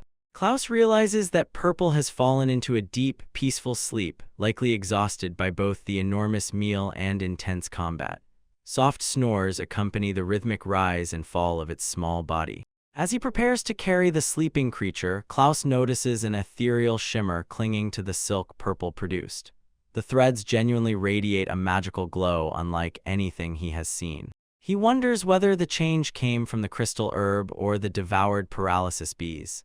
The intense light may have faded, but the mystery surrounding Purple's evolution only grows deeper. Walking through the dense forest, Klaus plans to consult a professional tamer at the guild about the unusual silk. Before the thought is settled, a faint rhythmic glimmer between ancient trunks catches his eye and pulls him away. Following it leads him into a serene clearing dominated by a colossal gnarled tree reaching toward the sky. Among wildflowers beneath it rests a large, strangely textured object that seems to pulse with life. Closer inspection reveals a massive egg covered in intricate scale-like patterns. Small crystals surround it in the grove's center, catching sunlight and scattering reflections across the grass. Klaus warily searches the clearing and grows increasingly confused. A monster should never leave its offspring exposed in an open, sunlit place, yet the treeline conceals neither a protective nest nor a waiting guardian. Despite his unease, he lifts the heavy egg and feels its warmth through his gloves. Klaus repeatedly glances at the shadows, expecting a territorial beast to attack at any instant while his heart pounds. An ethereal status window materializes before him and confirms the impossible discovery. This is an S-rank treasure, a phoenix egg. Its literal and symbolic weight leaves him breathless, trembling between awe and terror. Klaus stares at the interface in disbelief. Although the legendary S-rank Phoenix Egg is absent from his current examination list, its potential is far too extraordinary to ignore. Such a treasure would be coveted by the world's most powerful figures, making the discovery feel impossible. Standing in the silent forest, Klaus wonders whether coincidence can explain it or whether Muse placed this divine gift in his path. Looking across the vast city, Klaus decides to stop questioning his fortune and act. Although his examinations are still underway, the need to discover what lives inside the shell overwhelms him, and he resolves to hatch the mythical creature. For complete privacy during the delicate attempt, he finds a quiet city residence whose sturdy timber frame keeps him safely away from curious eyes. Once inside, Klaus lets the heavy pack fall to the floor with a dull thud. He quickly arranges enough food and water to sustain him through the process, then pens a letter explaining his temporary absence so Celia will not worry. With every preparation complete, he is ready. The phoenix egg rests securely on a table in the room's center. Klaus knows his hatching skill will require time, and the rented apartment's solitude is essential because no one can be allowed to witness his power manifest. He places both hands over the warm shell and channels energy into the ancient egg. Sweat forms immediately as the strain pushes his limits, while Muse's ethereal presence watches from behind with a knowing smile, and he realizes how punishing the task will be. Pressing against the smooth, luminous surface, Klaus feels his strength disappear far faster than expected. The S-rank essence within bears no resemblance to the simple magic worms he previously handled. Heat pours from the shell and sears his palms, drawing a sharp grunt while his entire body trembles under the rising pressure. Klaus grits his teeth and refuses to stop, declaring that the effort has become a true trial of endurance and will. Meanwhile, Celia hurries into the rented apartment and finds him utterly exhausted, his face pale and hollow from the exertion. She recoils from the unnatural heat saturating the room and notices strange power in the air that she cannot identify as mana. Klaus remains slumped against the wall, barely able to move. Once the first shock passes, Celia bluntly tells him he smells awful. Klaus hopefully asks whether she means the scent of magic, only for her to clarify that he simply reeks of sweat. Despite the teasing, she has brought the requested supplies and sets down a basket of food and water while asking what could possibly drive him to remain in such a place. With a weary smile, Klaus says the work must stay secret for now, knowing that any attempt to explain his unique skill would only produce more questions. He watches frustration and disappointment mix across Celia's pouting face as she confronts his continued secrecy. Turning away with a sharp huff, she accuses him of cruelty and complains that he no longer spends any time with her. Unable to reveal the source of his exhaustion, Klaus offers only a weak, sheepish apology. Celia marches out with puffed cheeks and warns that he will have to make it up to her later. Klaus watches her leave while morning sunlight begins brightening the quiet street beyond his window. Later that day, he wakes from an unintended deep sleep and shields his eyes against the study window's bright light. Realization strikes and Klaus bolts upright, gasping over how long he was unconscious. His eyes immediately fly to the place on the bed where he left the precious egg. His heart drops at the sight of countless shattered fragments. Panic surges as he stares at the broken, empty shell. Klaus desperately searches the room until his eyes find a tiny, fluffy creature nestled in the blankets.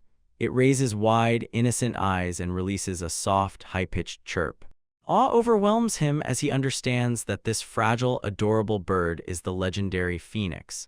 Smiling at its cuteness, Klaus decides immediately that his new companion needs a proper name. He lifts the little creature high and declares that it will be called Fanny. The bird answers with a delighted chirp and joy sparkling in its eyes. Naming the phoenix forges a profound mystical connection.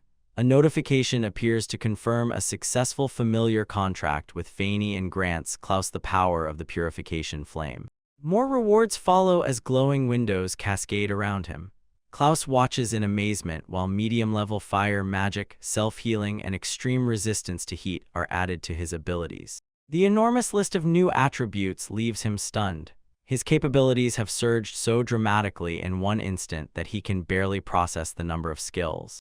His status reveals that both magical and physical attributes climb to higher ranks, with stamina rising especially sharply and the purification flame now officially included in his repertoire. Curiosity prompts Klaus to summon a small flame. Rather than destructive heat, it gives off a gentle, comforting light that fills him with unexpected peace and relief. When the glow recedes, every trace of fatigue has vanished from his limbs and been replaced by fresh vitality.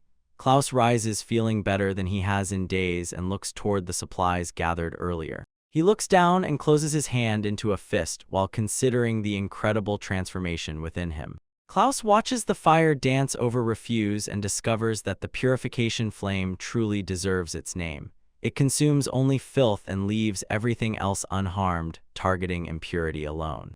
The scale of change shown on the interface amazes him, especially abilities he has never heard of before. His thoughts race through the altered attributes as he longs to test them immediately. To verify the effect, Klaus reaches straight into the heart of the blaze and feels no heat. Flames lick harmlessly over his skin, proving his newfound immunity.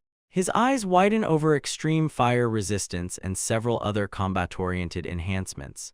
Their battle potential seems limitless, and he eagerly awaits a chance to use them. A confident smirk spreads across Klaus' face as the urge to measure the full depth of his evolution takes hold. Out in the crisp morning air, Klaus draws a deep breath and grins at the open freedom around him. The small phoenix chirps happily beside him, sharing his enthusiasm for the road ahead. He reflects on the several days spent traveling from the royal capital toward a distant mountain range. Hatching the phoenix egg set this journey in motion, carrying them steadily farther from the city's comforts. His target is a rare, brilliant scarlet diamond, a C-rank item needed for a collection request, its many facets glittering with inner fire and the promise of a substantial reward. Only 1 month remains before the second examination begins. The schedule is demanding and the task difficult, but Klaus cannot afford hesitation and refuses to let the challenge turn him aside. Testing his limits, he races across rugged ground and marvels at the new automatic stamina recovery skill. No fatigue follows the distance, and Klaus realizes that this immense divine power lets him push far beyond ordinary human endurance. His gaze sharpens with intense concentration, reflecting both new confidence and a burning determination to succeed. At this extraordinary pace, Klaus realizes the mines are now only 1 day away. The phoenix releases an encouraging cry, sensing that their destination is finally close. Without warning, 3 massive hulking trolls emerge and surround Klaus and Fanny, their shadows looming as crude heavy clubs rise in their hands. Klaus glances over the rugged path and rapidly assesses every threat, searching for a workable strategy. The first club crashes into the exact place he occupied a heartbeat earlier. Recent training sharpens his reflexes enough to narrowly evade the blow. He immediately identifies the creatures as C-rank trolls and notes the bitter irony that they always appear precisely when no one is looking for them. Danger does not erase the confident smile on his lips.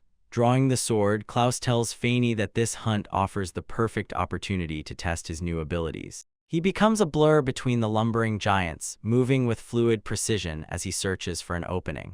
Another heavy blow whistles toward him, but Klaus parries it easily. The impact vibrates through his sword without breaking his stance. His body moves far better thanks to the increased status, yet 3 opponents leave no room for carelessness.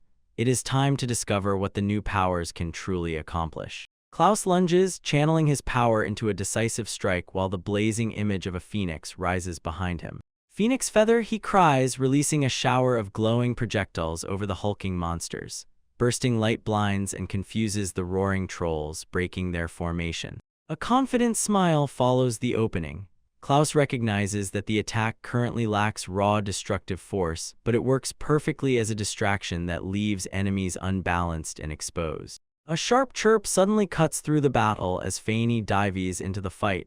Klaus watches in surprise while the tiny phoenix takes the initiative, wings beating with fierce energy. The little bird erupts forward and slams into a troll, marking the unexpectedly powerful impact with a flash of light. Klaus laughs briefly, heartened by his companion's active support. The trolls sway and stumble while struggling to follow the swift, luminous bird weaving among them. One troll snarls, narrow eyes filling with pain and rising fury at the little bird's relentless interference. Calling the assistance invaluable, Klaus nimbly slides beneath a troll's sweeping arm. The fight is far from finished, but their combined assault is clearly wearing the monsters down. He threads through the chaotic melee, his blade repeatedly meeting the troll's brute force as they surround him. Klaus leaps away from a hulking beast that uselessly smashes the earth and taunts the exposed backs of his enemies. Fanny seizes the opening and blasts another troll directly in the face with flame. Searing heat and blinding light take the creature completely by surprise, forcing its eyes wide in a moment of pure agony. Seeing the opening, Klaus smirks and quietly tells the trolls that their luck has finally ended. One fluid lunge sends his sword carving through the air in a lethal strike that eliminates the lead monster. Standing amid the aftermath, Klaus studies the small flame flickering around his companion. Hard-earned experience combined with these new abilities has made him a far more formidable fighter than he imagined. Their journey ends at the rugged heights of the Garconia mine, where weathered wooden buildings cling to the mountainside beside a dark tunnel mouth. After surviving the troll ambush along the road, Klaus reaches the site with his companions, the Beastkin girl and the small phoenix, confirming that they have finally arrived. Countless miners once filled this isolated place, but escalating monster attacks forced its abandonment. Now only roaming adventurers and opportunistic thieves dare enter the hollow tunnels. He suddenly realizes that he forgot a lantern for the descent. Then the phoenix's glowing plumage catches his eye, making such a tool unnecessary, and the creature cheerfully chirps in agreement. He suddenly realizes that he forgot a lantern for the descent. Then the phoenix's glowing plumage catches his eye, making such a tool unnecessary, and the creature cheerfully chirps in agreement. Their search begins near the entrance, but scavengers have stripped the walls bare. With every accessible scrap of ore already taken, Klaus sighs and accepts that they must travel deeper into the darkness. Stifling warmth builds as they descend underground. Even Klaus' exceptional heat resistance is tested by the alarming rise in temperature, making him wonder what generates such intense energy ahead. Sweat crosses his brow while he peers through the tunnel's shimmering haze, every sense alert as the surroundings become increasingly hostile. A bubbling pool of molten magma finally reveals the source of the oppressive heat. The tunnel opens into an enormous cavern crossed by a river of fire, explaining the thick, sweltering air. Fanny suddenly chirps with excitement and flies ahead, leaving Klaus behind. To his horror, the little phoenix dives directly into the searing liquid. Instead of burning, it joyfully splashes through the magma and revels in the extreme heat. Klaus cannot help laughing. As a phoenix, Fanny naturally flourishes in such an environment. While he watches the bird, a glint near the magma's edge catches his eye. Klaus reaches into the debris and pulls free a dark crystalline stone. A notification confirms the discovery. He has successfully collected a C-rank piece of scarlet diamond. Klaus marvels at how easily he found the gem, then recognizes that no ordinary adventurer without extreme fire resistance could ever have reached this place. Cupping his hands around his mouth, Klaus calls for his companions and hears his voice echo through the cavernous ruins. From the center of the desolate, crumbling hall, he searches every shadow and again shouts for the little phoenix to reveal itself. Regret washes over him as sweat rolls down his temple. His pursuit of rare gems became so consuming that he completely lost track of his friend. Klaus tips back his head and takes a long, desperate drink from the water skin to endure the stifling air. Even his natural resistance cannot entirely withstand the ruins' oppressive heat. Each step becomes a struggle as he resolves to find Fanny and leave quickly. A faint glimmer suddenly appears behind a heap of rubble, making Klaus stop and cautiously peer around the corner. His breath catches at an enormous hoard of scarlet diamond ore. After staring at the sheer quantity of rare gemstones, he notices his companion perched triumphantly on top. Relief breaks into laughter as Klaus calls the phoenix by name, and the little bird chirps before hopping onto his shoulder. The phoenix then presents him with a mysterious object. Klaus stares in disbelief and asks where she found it, wondering whether it had been hidden in the ruins. When the bird nudges the object closer, he understands that it is a gift. Klaus accepts it with a gentle smile and thanks his companion for both the unexpected generosity and strange discovery. After carefully placing the gift in his pack, his fingers touch another unfamiliar object among the debris, instantly sharpening his curiosity. He retrieves a small glowing tablet covered in ancient writing. The shimmering text widens his eyes as he realizes this may be far more important than a simple relic. Silence seems to deepen across the vast mine, its abandoned carts and rusted tracks surrounding Klaus while he considers the discovery's weight. With the scarlet diamond secured and the mysterious tablet in hand, relief surges through him. The first requirement of the second examination is finally complete, and he can at last return home, drawing an agreeing chirp from his feathered companion. That relief immediately turns to cold dread when a legion of stone sentinels with hollow, glowing eyes blocks the route. The ruins appear unwilling to release him just as he prepares to leave. Klaus sighs at the ambush's terrible timing, then readies himself to earn the exit through steel and magic. A glowing notification identifies an S-rank item, the Sun's Sword. With stone sentinels closing in, Klaus sees the perfect chance to test the legendary weapon, gripping its hilt with a fierce grin while Fanny watches intently.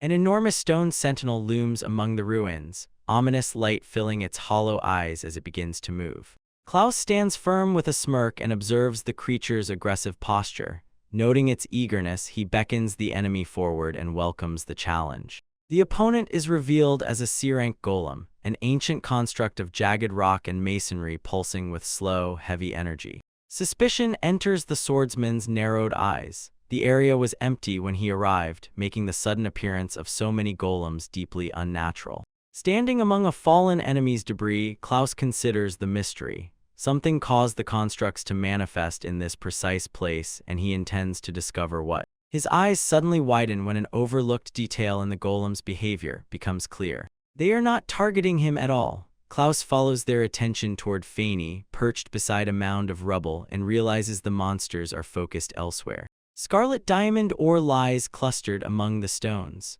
Klaus finally understands that the constructs grow by absorbing rare minerals and have come for the treasure rather than the intruder.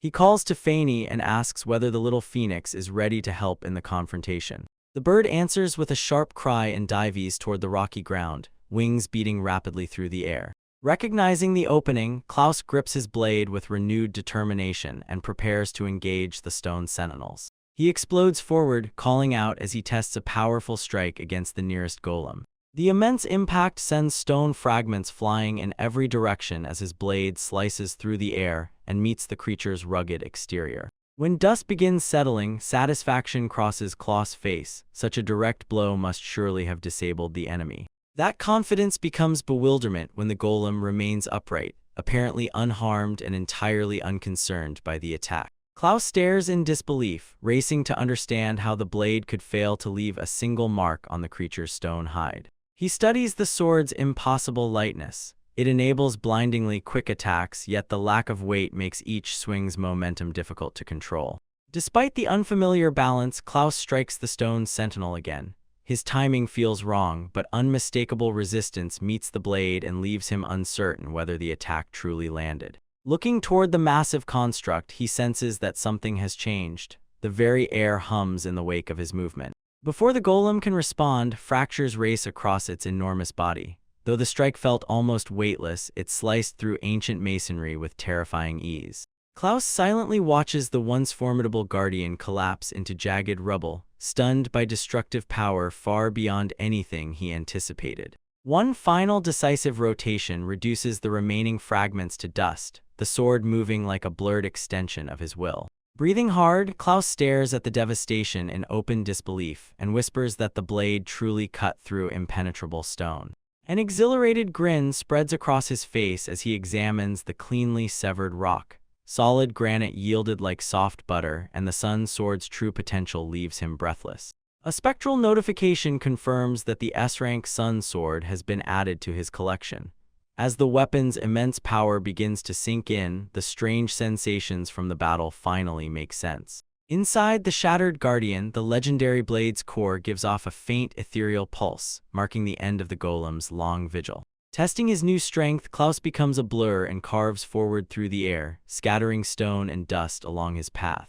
An urge to find the sword's limit drives him onward. Every strike destroys more stone sentinels whose massive bodies cannot resist the sun sword's searing edge, and Klaus demands that the weapon reveal its full divine power as he cuts through the remaining guardians. At last the chaos fades. Klaus releases a long, exhausted breath while adrenaline drains away and the final dust settles. The battlefield is now a field of shattered stone. Realizing that he defeated the entire army alone leaves him breathless with shock. With the battle won, Klaus turns away from the ruins and begins considering both the road ahead and the consequences of possessing this new weapon. Back at the guild, the long-haired receptionist welcomes him with relief and anticipation. Leaning closer with hesitant hope, she softly asks whether he would consider returning with her. She watches in amazement as the young man stands before her beside a tiny, fluffy creature whose chirps fill the quiet guild hall. Klaus explains that he successfully tamed the legendary bird and named it Fanny. The revelation leaves her reeling and demanding in a trembling voice to know how a lone adventurer achieved the impossible. Rather than answer her shock, Klaus changes the subject by presenting a glittering pile of raw gemstones and asking to exchange them for currency.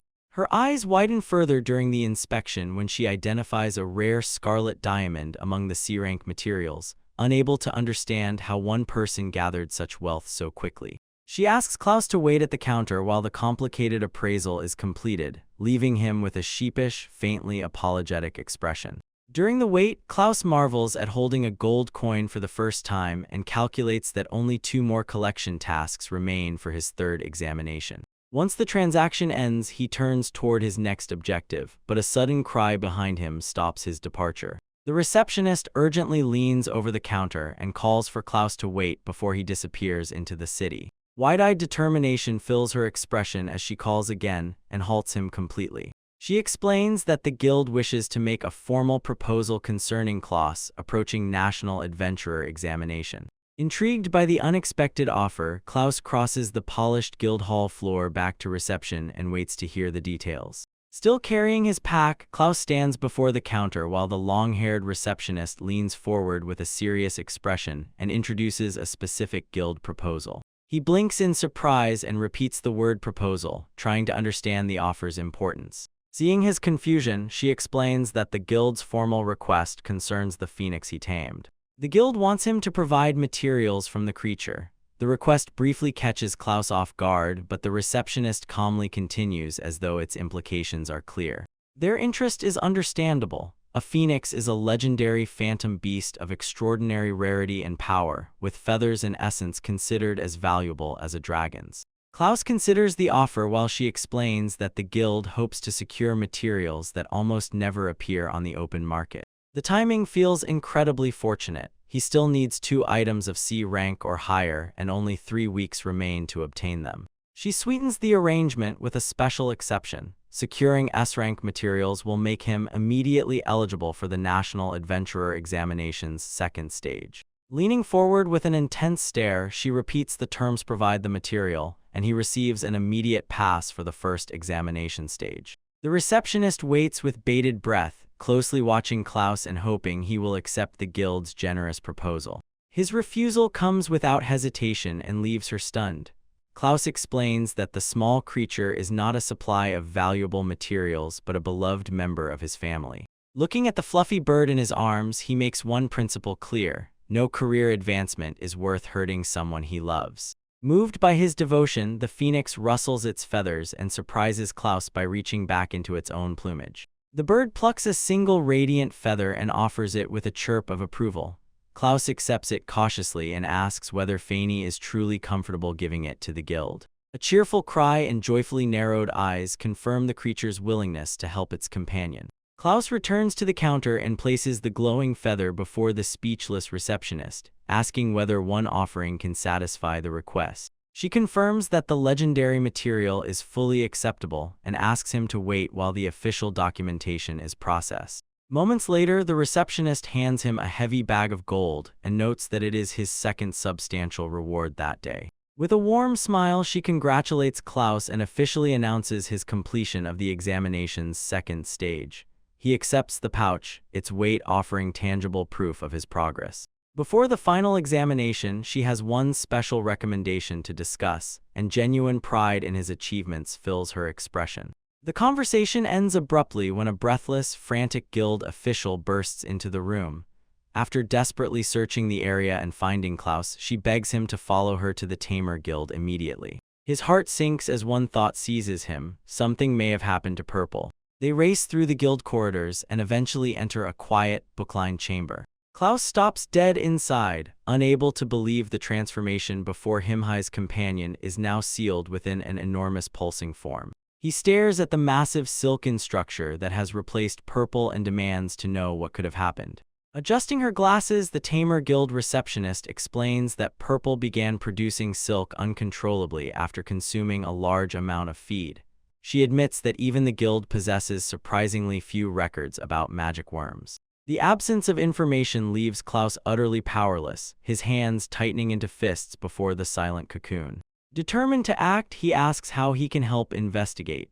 The receptionist says their search for historical precedents has produced discouraging results, but Klaus insists on assisting no matter how many days it requires. He gently presses a gloved hand against the cocoon's smooth white surface and feels the life enclosed within. Intense resolve fills Klaus' face as he declares that he cannot remain idle during such a critical moment for Purple. Keeping his attention on the cocoon, he misses the receptionist's quietly remarking on how fortunate Purple is to have such a devoted tamer. Klaus eventually looks back, puzzled by their sudden tone. The shared commitment energizes everyone. The receptionist announces that more staff will be mobilized, and Klaus joins the renewed effort as they prepare to search the guild archives together. He and the guild employees begin an exhaustive investigation through every available monster record and ecological document. Hours become days while they remain buried in the Tamer Guild's enormous archives. After 2 full days, Klaus sighs over another dead end. The staff beside him is equally discouraged, reporting that all their work has uncovered absolutely nothing. Seeing the exhausted researchers and the little phoenix on his arm, Klaus recognizes that everyone has reached their limit and suggests a rest.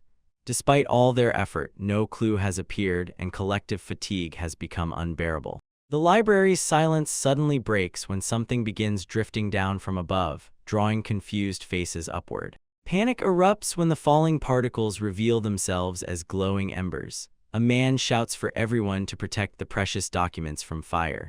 The fear quickly fades when a woman notices that the flames produce no heat and, more importantly, leave every paper record completely unharmed. Gentle embers settle over the group and bathe them in extraordinary comfort. Days of tension melt away beneath a soothing warmth that leaves everyone rejuvenated. The bespectacled receptionist leans closer in astonishment and demands an explanation. Klaus calmly identifies the phenomenon as the purification flame, a power unique to the phoenix. As Fanny flutters nearby, he explains that the little creature merely wanted to help. Its sacred fire cleanses impurities both within and outside the body, washing away the grime left by their long investigation. The results are immediate and astonishing. Exhaustion and sweat disappear from the researchers, while stubborn stains evaporate from the wooden desks until the entire room is spotless. The receptionist continues praising the phoenix's extraordinary power, but a strange sensation pulls Klaus' attention downward and furrows his brow. Purple lies on the floor surrounded by ethereal radiance, the magic worm's body pulsing rhythmically in response to the purifying embers. The gentle glow abruptly becomes a blinding flash that fills the archives and surges upward as a pillar of pure white energy. Klaus shields his eyes and shouts in alarm as the transformation peaks. Beside him, the speechless receptionist watches Purple vanish inside the light. When the radiance fades, a magnificent winged creature emerges with shimmering patterns and long, graceful antennae. Purple has shed the old form and evolved into a celestial butterfly. The young tamer can barely trust his eyes and whispers Purple's name to confirm what he sees, while guild workers and other witnesses remain frozen in complete bewilderment. Klaus winces as the evolved creature rapidly circles him with newfound grace. Its startling speed and agility bear no resemblance to Purple's former sluggish movement.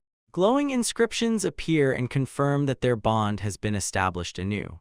Now identified as a rainbow butterfly, Purple possesses immense magic, enhanced control, wind-based abilities, and several new elemental resistances. Klaus reaches out with a warm smile and recognizes that this vivid new form still belongs to his loyal friend. A gentle flutter answers him, radiating both elegance and power. Hushed exclamations spread through the crowd. No one has heard of an ordinary magic worm undergoing such a drastic high-level evolution, leaving veteran adventurers and staff stunned. The receptionist hurriedly checks her references, then announces to the shocked group that Purple is a rainbow butterfly classified as an A-rank monster. A nearby tome adds that rainbow butterflies are exceptionally rare, highly resistant to magic, and usually found only in secluded mystical regions such as the Great Sea of Trees. Even scholars know little about their true nature. Guild staff huddle around the book, disbelief etched across their faces as they absorb the revelation about the rainbow butterfly. Nearby, Klaus marvels at what his companion has become while Purple chirps happily and displays the graceful shimmer of its new wings. He opens his hand, and the creature releases fine glowing dust from its fluttering wings into his palm. Klaus stares at the shimmering powder and wonders aloud what the substance might be. An official record soon provides the answer. Klaus has successfully collected rainbow butterfly scales, a valuable B-rank item. The discovery overwhelms the receptionist completely. She releases a piercing shriek and falls flat onto her back in shock. Both she and Klaus turn toward the doorway when a stern-looking man enters in response to the commotion. Rubbing his temple in exasperation, the newcomer demands an explanation for such an improper disturbance inside the guild.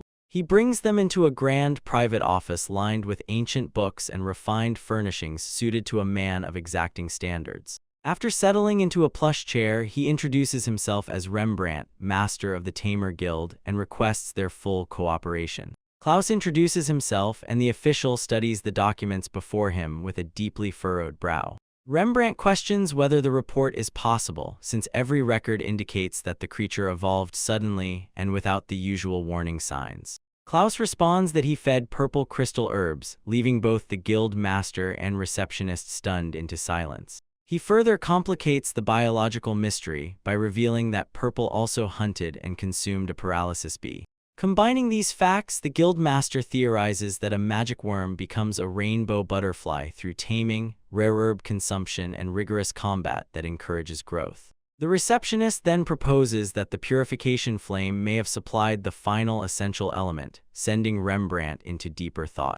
Leaning back with a concentrated frown, the guild master recognizes how dangerous an uncertain public claim would be. One mistaken conclusion could cause a catastrophe. He chooses caution and officially records the cause of evolution as unknown for now. Beside him, the weary receptionist agrees, sharing the same overwhelming sense of responsibility. The discussion turns to the rainbow butterfly scales, and Klaus asks whether they are truly so extraordinary. The receptionist eagerly explains that they are ultra-rare catalysts coveted for crafting the most expensive and powerful magical tools. Even an ordinary potion can have its potency doubled simply by filtering it through the scales' shimmering dust. Their use extends beyond alchemy. Worked into metal, the scales can produce magic swords with unparalleled mana conductivity or armor offering exceptional resistance to hostile spells. Every master craftsman dreams of obtaining such a powerful and versatile substance, she emphasizes, leaving Klaus wide-eyed at the real value of Purple's gift. Recognizing the moment's importance, Rembrandt leans forward with an intense expression and prepares a formal suggestion. He proposes that the guild manage sales of both phoenix feathers and rainbow butterfly scales, using its expertise to place the legendary materials in the proper hands. The Tamer Guild conducts consignment sales and buys monster materials directly, he explains, always ensuring that contracted beasts suffer no unnecessary burden and that members receive professional support. To demonstrate why the service matters, Rembrandt describes dishonest opportunists who wait to cheat unsuspecting adventurers and buy their hard-earned spoils for almost nothing. Using the guild as a protective intermediary eliminates that predatory behavior. Adventurers can focus on their work while experts who recognize each discovery's true value protect their financial interests. Klaus weighs the proposal and sees advantages for both sides. The guild earns a commission while he receives a safe, profitable market for rare materials. No logical reason remains to reject such a fair arrangement. A firm handshake seals their mutual agreement, while a nearby grandfather clock marks the passing time. Changing subjects, Rembrandt asks whether his new partner is preparing for the National Adventurer examination. When Klaus admits he has no official sponsor, the guild master graciously offers his own recommendation to support promising talent in the Tamer community. Stunned, Klaus learns an essential detail he somehow missed. Entry into the national examination's main stage requires formal support from 3 high-ranking citizens. Pure shock crosses the young man's face, while Rembrandt stares back in disbelief that Klaus knew nothing about such a fundamental rule. Only 3 weeks remain before the main examination, giving Klaus a strict deadline to secure the required recommendations. From a rocky outcrop, the young adventurer studies a valley where a pack of dire wolves prowls. They are indeed today's targets, and the hunt is ready to begin. His newly evolved rainbow butterfly prepares for battle, while humming a light, melodic tune. One beat of its wings releases a glittering cloud of scales that descends over the unsuspecting pack like luminous fog. The magical force instantly throws the wolves into chaos and hurls their massive bodies through the air. One predator snarls through pain and confusion, eyes widening as it realizes that the hunter has become prey. Its gaze freezes in primal shock while the relentless assault continues, overwhelming every sense. Amid the carnage, Fanny chirps with unrestrained delight and flaps enthusiastically in approval of the magical display. Klaus shares that joy while bright bursts erase the last members of the pack. He concludes that accepting this subjugation request was the right way to test the rainbow butterfly's combat ability after evolution. He marvels as the rainbow butterfly and Fanny soar through the air. Still growing, the familiars nevertheless overwhelmed D-rank monsters with ease, leaving Klaus impressed and slightly overwhelmed by his own fortune. Back at the guild, he approaches the counter to discuss his next move, and the receptionist looks up with important news about his progress. Her expression turns serious as she explains that qualification for the National Adventurer Examination requires official recommendations from at least 3 high-ranking citizens. Other candidates have already begun the arduous search for sponsors, she adds, startling Klaus with the true scale of the task. Because Klaus only recently reached the royal capital, she admits that his newcomer status makes this obstacle especially difficult.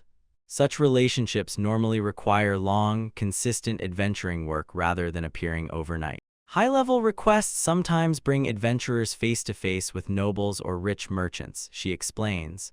Performing well under their direct evaluation is the traditional route to a recommendation, much like a knight proving himself to a lord. The arrangement benefits both parties because a sponsor gains prestige if their chosen candidate becomes a national adventurer. Klaus listens closely while weighing the road ahead. Yet influential people will never risk their reputation for a mediocre applicant. They support only those recognized as genuine talent, making 3 endorsements an enormous challenge. Alone in the quiet wilderness, Klaus releases a heavy sigh over the daunting requirement. The guild master supplied 1 recommendation, but for a newcomer without elite connections, obtaining 2 more feels impossible. Looking toward the sky, Klaus wishes for a confidant who could share the burden. A sharp chirp interrupts him and draws his attention to the small phoenix and magical larva watching with intense curiosity. Following their gaze, he notices the massive dead dire wolf nearby and realizes that his small companions have been far busier than he knew. Leaning closer, Klaus asks whether they brought the prize specifically for him. Learning that the 2 creatures actively hunted to support his journey fills him with surprise and profound gratitude. The phoenix answers with a triumphant call while the larva bobs enthusiastically. Their pride silently confirms that they are partners in his quest, not merely pets. A gentle smile lifts Klaus' face and eases the weight around his heart. Their unwavering support proves that a lack of human allies does not leave him alone. He gratefully pats their heads for the unexpected gift. That simple, sincere loyalty provides exactly the motivation needed to move beyond his doubts. Rising tall and drawing his sword, Klaus declares that he is finished brooding. As more wolves howl in the distance, he prepares to confront the examination's demands with renewed resolve. He stands against the pack with 3 weeks remaining and vows to use every ounce of power to succeed. 1 fluid sweep sends his blade through the air and knocks a beast backward, displaying the swordsman's honed ability. As dust settles, a sharp realization narrows his eyes and gives him a new clarity of purpose. Returning to the familiar town, Klaus discards the last doubts.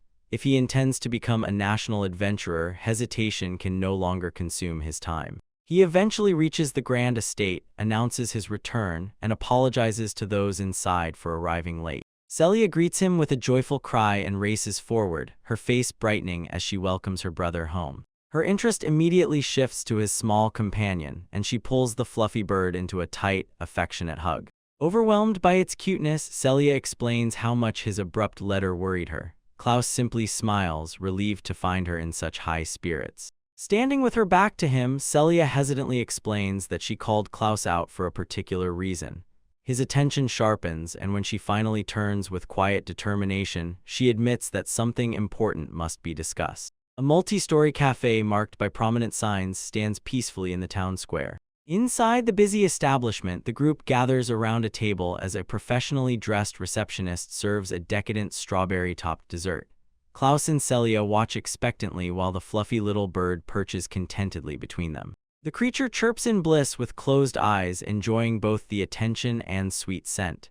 Celia observes it with a gentle, adoring smile, completely charmed by its innocent happiness. Turning back to Klaus, she expresses genuine surprise that he possesses the rare qualities of a tamer. He sheepishly admits that he learned this only recently, and when she asks about his other companion, Celia wonders whether it stayed behind today. Klaus explains that the other creature remains under the Tamer Guild's care and remembers the chaotic struggle to manage the large, energetic worm. Its boisterous nature makes him laugh. Other patrons notice the unusual group and whisper about a tamer quietly enjoying time with his companions. Celia ignores the surrounding curiosity and keeps her focus on her friends. Her face softens into thoughtful contemplation as she briefly closes her eyes, perhaps reflecting on the journey they have shared. Breaking the silence, the receptionist comments on how active Klaus has been lately and shows sincere interest in his progress. The topic change surprises him slightly while the little bird continues preening, unconcerned. She lists his recent accomplishments from taming a legendary rare monster to effortlessly advancing through the National Adventurer Examination and notes that his reputation has reached the local academy, where students have become intensely interested in him. Teasingly, she adds that Klaus has acquired fans who have never even seen him. He struggles to absorb the sudden fame, while Celia watches with pride shadowed by a more somber concern. Noticing her discomfort, Klaus asks what she wanted to discuss. Celia hesitantly describes the academy's strained atmosphere, where an invisible wall between nobles and commoners creates constant unease. Her present anxiety comes from an invitation to a noble family's party. Klaus immediately recognizes it as a debutante ball, a formal and consequential entrance into high society. The news reminds him of the request involving scarlet diamond ore, the precious material used to create elaborate, costly gowns for exactly such prestigious occasions. Klaus points out the obvious barrier: attending requires proper clothing, and the demand visibly weighs on Celia. She clarifies the trap. Although the invitation technically includes a commoner, refusing a noble's request is almost forbidden, leaving her no real choice but to attend regardless of the expense. The troubled expression on her face makes Klaus fully understand how social pressure and the debutante ball's cost have placed her in an almost impossible situation. His eyes narrow as he considers the invitation's intent. The nobles certainly know Celia's modest means, suggesting that they deliberately invited her to cause humiliation because she cannot afford suitable attire. Klaus asks whether she truly wants a way through the predicament. Celia looks up with uncertainty and faint hope, admitting that any possible solution would earn her profound gratitude. With a confident smile, Klaus tells her that the answer is simple and that he will handle the dress. His accumulated rewards and valuable materials including Feeney's feathers, scales, and other goods the guild will buy for a high price to make the cost entirely manageable. His generous offer leaves Celia torn between gratitude and guilt. Blushing as she averts her eyes, she confesses how much she dislikes constantly depending on him, but Klaus gently scolds her for not speaking sooner. The price of one dress will hardly ruin him. Watching her closely, Klaus realizes that she has carried this worry alone for quite some time. Celia quietly agrees, admitting that whenever trouble overwhelms her, he is always the one who arrives to pull her out. Klaus insists that she has nothing to regret because helping her is his own sincere choice rather than an obligation. Resolve returns to Celia's eyes, and their next step leads toward the sturdy multi-story headquarters of the Adventurers Guild. Evening settles around the guild hall's imposing entrance, where massive stone pillars stand like silent guards beneath the darkening sky. The heavy doors swing open with their familiar chime, and Klaus finds the receptionist waiting behind the counter with a professional smile, ready to evaluate and process his valuable haul. Later, walking through the quiet streets, Klaus releases a long breath of relief. Despite the sudden order, the tailor completed Celia's debutante dress in time and spared her any embarrassment. Yet with that burden gone, his thoughts immediately return to the difficult challenge still awaiting him. A voice abruptly asks what is bothering him, shattering his concentration. Klaus jumps and discovers Carol directly behind him. He never sensed her approach, and her twitching animal-like ears and knowing smile only deepen his surprise as she playfully asks what has him so worried. Unable to hide his conflicted expression, Klaus looks aside and finally admits that he truly is facing a problem. Far above the sleeping city, a full moon fills the silent night with pale silver light. Seated together on a wooden bench, Klaus explains the obstacle before him. To rise within the guild, he must somehow gather enough recommendations from people of influence. Carol reduces the problem to its simplest form: he lacks the connections needed to meet the right people. With a sheepish nod, Klaus admits that her blunt summary is entirely accurate. After considering it in silence, Carol's eyes brighten with an idea. She asks whether Klaus would accept a promising job she can introduce, leaving him startled and intensely curious about the work she has in mind. Under the moonlight, the vast ornate facade of a grand building rises before him, perhaps concealing the answer to his troubles. Klaus soon enters a world utterly removed from his ordinary life. A lavish hall alive with restrained aristocratic conversation and the clear rhythm of crystal glasses. Beneath towering pillars and glittering chandeliers, he nervously adjusts the unfamiliar silk bow tie pressing against his neck before facing the crowd. As he crosses the magnificent room, the gathering's true scale becomes impossible to ignore. High nobles surround him on every side. Remembering that Carol personally entrusted him with this rare assignment, Klaus steadies himself and resolves to perform flawlessly, aware that one careless mistake amid such splendor could destroy his opportunity. Clad in a sharp dark tuxedo instead of his familiar tunic, Klaus pauses inside the magnificent ballroom and takes in the extraordinary luxury prepared for the elite celebration. Across the hall, young debutantes mingle beneath admiring gazes, marking their formal entrance into society alongside the young men sharing their celebrated night. Klaus recalls why Carol recommended this particular security assignment.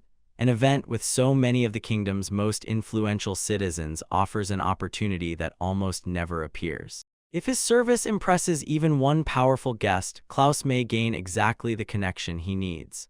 Then he remembers Celia mentioning a party scheduled around this time and wonders whether the coincidence could truly be that perfect. The possibility suddenly feels obvious this may be the very event Celia described. His thoughts drift to her, and he begins imagining how she might look in a formal gown suited to such an occasion. Yet as the celebration continues, Celia remains nowhere in sight. Unease creeps in as Klaus wonders whether her dress was delayed or some unexpected problem prevented her arrival. His search stops when two noblewomen nearby begin whispering with sharp, poisonous amusement.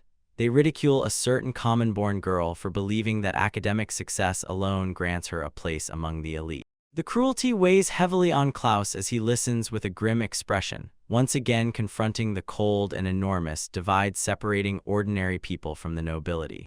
Surrounded by opulence, Klaus turns toward the grand entrance as a young noblewoman makes her debut.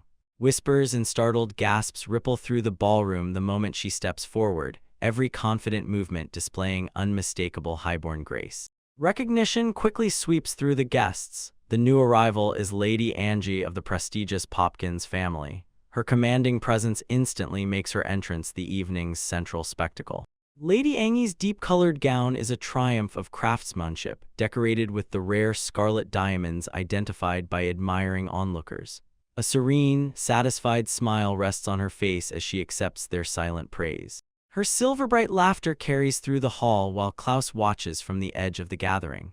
Here, among glittering jewels and effortless superiority, the immense weight of the social hierarchy feels more tangibly and more alien than ever.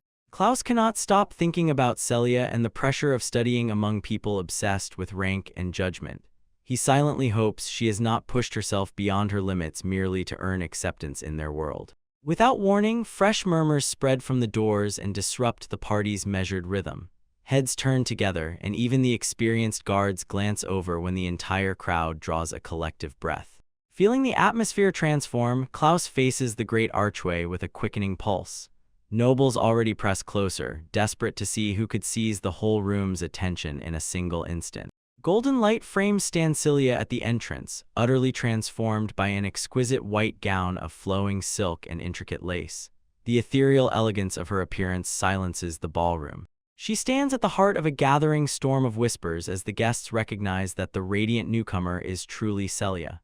Fingers point and voices rise in disbelief, especially at the gown sparkling as though dusted with brilliant scarlet diamonds. The astonished onlookers call the garment a masterpiece fit only for the highest elite. Its exceptional materials and craftsmanship make one conclusion unavoidable: this is no ordinary dress, and its price must have been extraordinary. Admiration swells with every whisper. Guests describe Celia as almost divine, her natural charm perfectly matched to the gown's remarkable design, and marvel at a radiance they never expected to witness here. Celia's delighted smile shines across the room while Klaus watches from afar with immense relief. Knowing everything required to bring her here, he is sincerely happy to see high society welcome her so warmly. That triumph began with Klaus' careful visit to a master tailor, where he commissioned the extraordinary dress and refused to compromise on either effort or expense for Celia's debut. Its secret lies in the rare materials. Iridescent rainbow butterfly powder woven into the fabric catches light from every angle, while phoenix feathers grace Celia's hair with an almost celestial beauty. With every laugh and conversation, Celia grows more confident. Certain that she can now handle the gathering, Klaus turns his attention back to the duties assigned to him that evening. Lady Angie is far less pleased. Her eyes narrow and her expression hardens as she watches Celia claim the room's admiration, revealing a dangerous conflict smoldering beneath the celebration. As the spectacle continues, Lady Angie clenches her teeth, her face twisting with rage. She can barely keep silent. Her fury spills into a venomous mutter as she curses a commoner's daughter for daring to outshine her. The force of her aura startles a nearby waiter so badly that the glasses on his tray begin to rattle. Across the lavish ballroom, Celia remains happily unaware of that hatred, her radiant reflection floating in the dark wine inside a crystal glass. Lady Angie raises the glass and replaces her scowl with a calculating, cruel smile, silently promising to teach Celia exactly where society expects her to stand. As the festivities begin to fade, Klaus waits beside a window while the palace's majestic architecture casts long shadows across the floor. Moving between the remaining guests, he barely notices the ballroom's luxury. His thoughts are already occupied by the trials ahead. While Klaus worries about obtaining the recommendations his future requires, a hesitant voice asks whether he is the young man everyone has been discussing. A firm hand suddenly closes around his shoulder and snaps him from his thoughts, making Klaus wheel around in surprise. The stranger introduces himself as Lloyd, a baron of the realm, and says that he has wanted to meet Klaus for quite some time. More men quickly crowd around him. Dolman presents himself as a prominent merchant from the capital, and another newcomer named Manfred follows close behind. Klaus can only stare in confusion when the men begin shouting over one another, each determined to claim the first conversation with him. Baron Lloyd finally quiets the argument and apologizes for the commotion, explaining that every man present wishes to help Klaus endure the national adventurer examinations. Klaus is speechless as Lloyd leans closer with an oily smile and offers to become the recommender he needs for the main examination. The same class of people who once dismissed him now seem almost desperate to secure his favor. With polished confidence, the Baron continues his proposal and assures Klaus that their arrangement would benefit everyone involved. The room changes the instant a commanding figure strides toward them. Conversations fall silent, and startled onlookers recognize him with odd whispers of the name Lord Margaret. In a cutting, dismissive voice, the newcomer rebukes the nobles for harassing a guard with political schemes during a celebration meant for the young. Chastened and visibly shaken, the Baron and his companions retreat through a flurry of hurried apologies. The sheer pressure of the man's presence seems to tighten the air itself. Klaus wonders who could command such immediate obedience from members of the wealthy elite. Turning to Klaus with the faintest knowing smile, the man remarks that the boy has built quite a reputation since reaching the royal capital. Startled, Klaus asks whether someone of his stature truly knows about him. The nobleman answers by recounting Klaus' path in striking detail from his rural origins and ambition to become a national adventurer to the astonishing taming of both a phoenix and a rainbow butterfly. Obtaining two ultra-rare creatures so quickly, he observes, is virtually unheard of. For a person in his position, the man explains, useful information is a constant currency and secrets rarely remain hidden. He even knows the truth about Purple's incident at the Tamer Guild, despite the official order intended to silence everyone involved. His tone then turns cautionary as he advises Klaus to avoid the nobles who just surrounded him. Unsure why so prominent a figure would care about his acquaintances, Klaus asks what danger they pose. The nobleman calmly predicts that Klaus' standing will eventually rise beyond theirs. When that happens, those men will expect him to serve as their benefactor and shield a prospect that leaves the young adventurer utterly bewildered. Seeing that Klaus has not yet grasped the warning, the elder man assures him that time will reveal the true importance of the rare creature he tamed, then begins moving away from the hall's center. Before he can leave, Klaus gathers the courage to ask his identity. The stranger responds with an extraordinary offer. He will personally give Klaus a recommendation for the upcoming examination, and no one will dare dispute its authority. He formally names himself Lord Margaret, head of the Riesch family and supreme commander of the National Adventure Organization. Klaus reels at the revelation, while the Lord playfully asks whether such a recommendation might somehow be inadequate. The quiet moment ends with the sharp crash of a wineglass beside Klaus' feet. Dark liquid splashes across the polished stone as a woman offers a hollow apology for the supposed accident. Lady Angie stands over the spill with an unreadable face and repeats that her hand merely slipped, though the coldness in her eyes barely conceals how deliberate the act was. Her fixed, icy stare cuts through the festive mood, announcing that the evening's peace has ended in open hostility. After the calculated accident, Lady Angie towers over Klaus in the heavy silence of the great hall. He remains stunned on the floor while nobles and officials observe with mixtures of concern and curiosity. Her manner abruptly turns bright and false. Clasping her hands, she chirps that she is delighted to have been forgiven for her clumsiness. Then the pleasant mask sharpens into something predatory. Leaning closer, Angie calls his condition pitiful and suggests that a change of clothes would now be appropriate. With innocence dripping from every word, she asks whether he brought a spare outfit, barely hiding her intention to deepen the humiliation. Pretending inspiration has suddenly struck, Angie taps her chin and announces that she has found a wonderful solution to his predicament. She bends near enough to whisper the cruelty. A commoner like him should wear a simple uniform instead of seeking attention at such a gala, and the change might finally teach him his proper place. Klaus lowers his gaze until shadows hide his face, absorbing the public insult while the entire room freezes around Angie's blatant display of power. Lord Margaret watches in stony silence, but the fist tightening at his side exposes his controlled anger at the calculated disrespect shown to his guest. The nobleman is preparing to depart when Klaus asks for a moment of his time. Lord Margaret pauses with his back still turned and curtly acknowledges the request after formally closing their previous exchange. Keeping away from the group, Klaus studies Angie from a distance while his thoughts race toward the action he knows he must take. He steps forward with a practiced elegance that contradicts every prejudice about his common birth. Politely mentioning that he overheard the young lady's dress had been soiled, Klaus asks whether he understands the situation correctly. Angie haughtily confirms that she wanted Celia to change immediately. To her surprise, Klaus answers with a composed smile and says he is relieved to be useful, leaving Angie confused and Celia increasingly uneasy. Before anyone understands his intention, Klaus extends a hand toward Celia, his courteous expression giving way to absolute concentration. He invokes purification flame, and brilliant magic bursts outward to surround Celia in a spiraling vortex of light. Celia screams as heat and radiance sweep over her, sending a shock of alarm through every witness in the ballroom. The horrified crowd, including the noble lord, can only stare and wonder whether Klaus has lost his mind by releasing such power upon a defenseless girl. The lord lunges forward and orders Klaus to stop, his voice cracking just as his widening eyes recognize the nature of the power unfolding before him. When the luminous vortex finally dissolves, Klaus and Celia remain standing unharmed among the last fading embers of the divine spell. With a serene smile, Klaus looks at Celia and gently observes that her dress has returned to its former beauty, now carrying a delicate magical sheen. He offers his hand with courtly grace and asks what she thinks of his unconventional method of cleaning it. Astonished whispers erupt among the nobles, yet Klaus remains perfectly calm.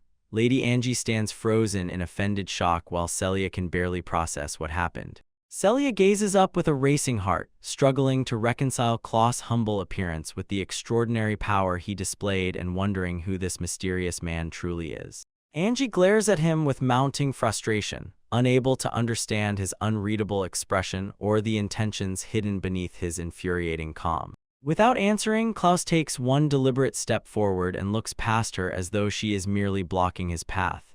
In the strained silence, each click of his boots against the floor rings clearly. Angie recoils and demands to know what he thinks he is doing. Klaus continues through the crowded ballroom without acknowledging her sharp protest, leaving her furious behind him. Narrowing her eyes with malice, she challenges him to speak if he has something to say. His detached silence offers no weakness and only inflames her anger further. Then Klaus' hand flashes in a nearly invisible flick that sends Angie staggering backward. Convinced for one terrifying instant that she is burning, she screams for help as she loses her balance and falls. No fiery pain follows the impactantly unexpected dampness. Blinking in confusion, Angie looks down and slowly realizes that the threat was far more ordinary, though no less shocking.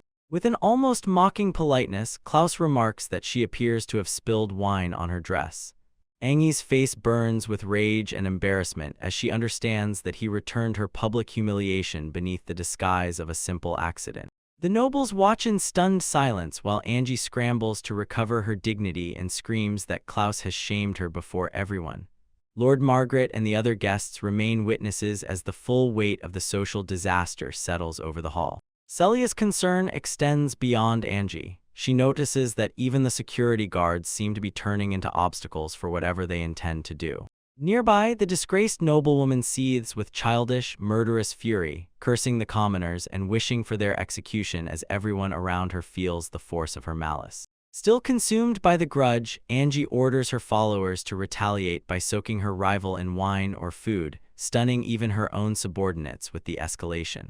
When her followers hesitate, Angie fixes them with a terrifying, wide-eyed glare and demands to know whether they intend to disobey a direct command. A calm but authoritative voice interrupts the tirade from behind, advising Angie to end such desperate and disgraceful behavior.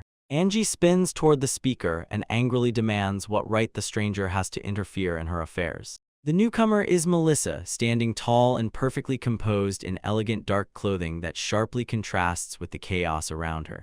Melissa tells the furious girl that her conduct is disgracing the entire academy. By obsessing over one dress and pursuing such petty schemes, Angie has made her motives painfully obvious. Her criticism continues as she coolly claims that she never considered her debutante appearance especially important. Her rival scoffs, accusing her of saying so only because she lost the contest for the finest dress. With a malicious grin, the blonde leans closer and mocks her opponent for possessing nothing else worthy of pride. She even targets the other girl's figure, laughing at what she considers a lack of feminine charm. Resentment twists the girl's face as she warns her rival not to become arrogant.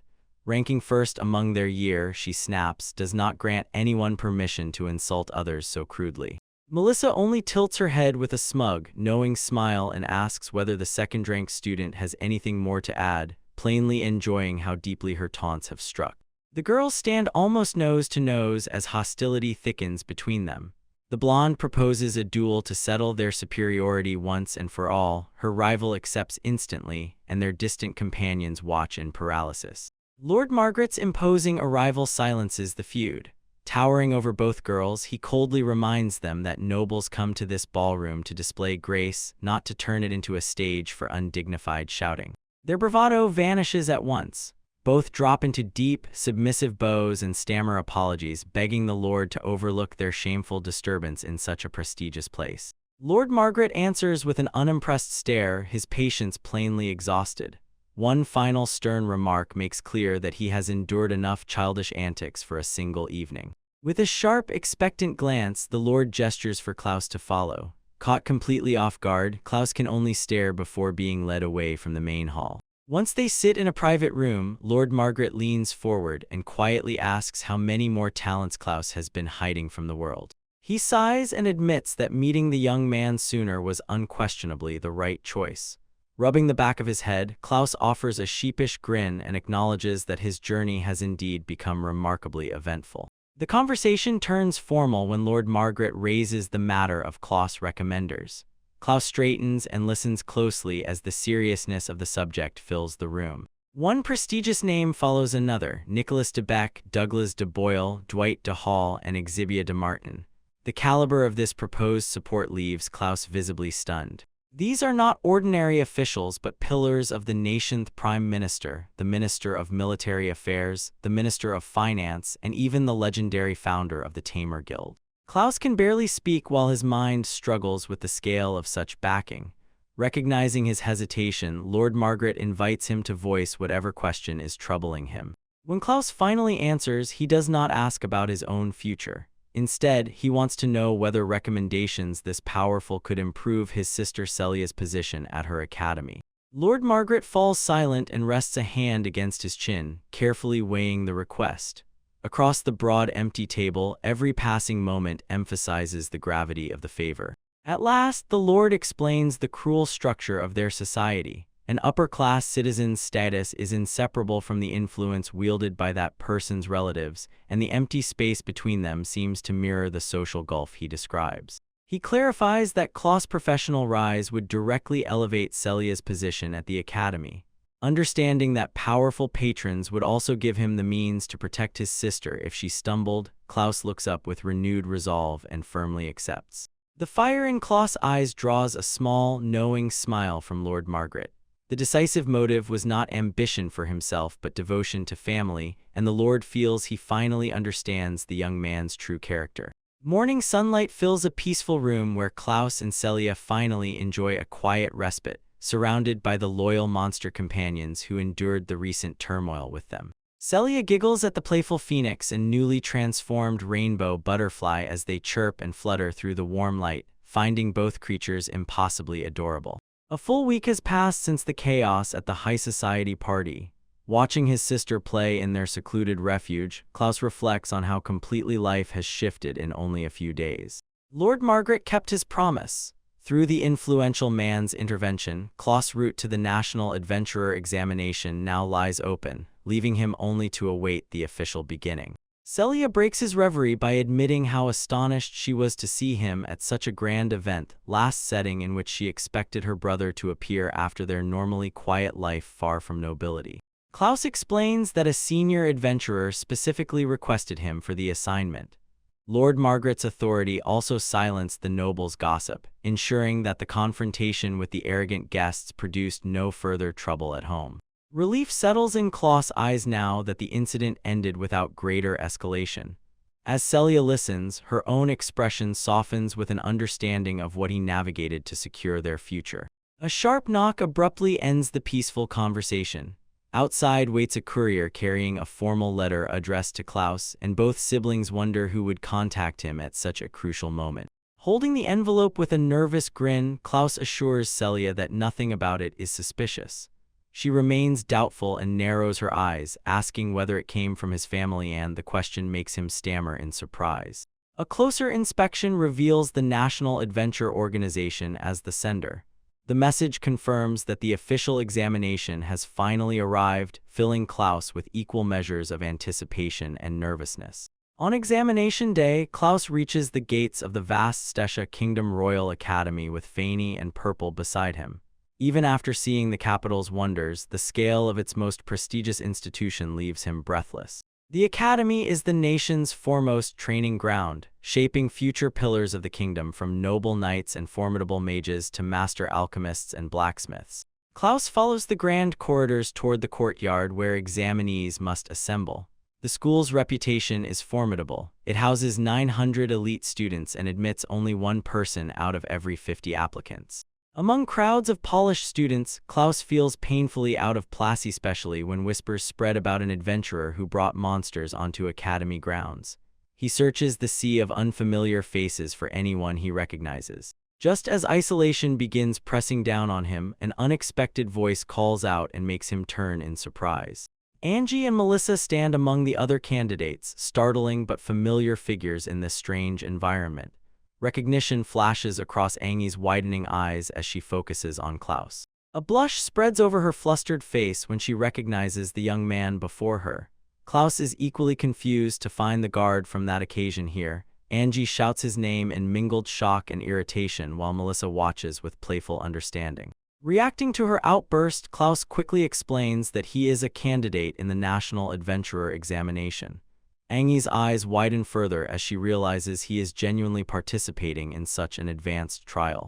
Soon attention shifts to the academy's grand entrance, where examinees from many backgrounds wait beneath the staff's watchful eyes, the entire gathering charged with anticipation. An official steps before the assembled crowd and formally announces that the National Adventurer examination has begun, his steady authority silencing every hopeful participant in the courtyard.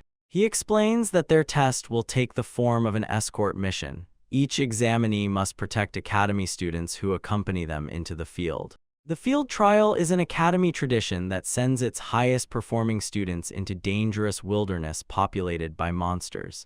Its results can profoundly shape the futures of both the students and aspiring adventurers. Familiar young noblewomen and their companions are among those requiring protection, standing prepared beside their peers. For them, the mission is more than procedure, it is a genuine test of training and resolve.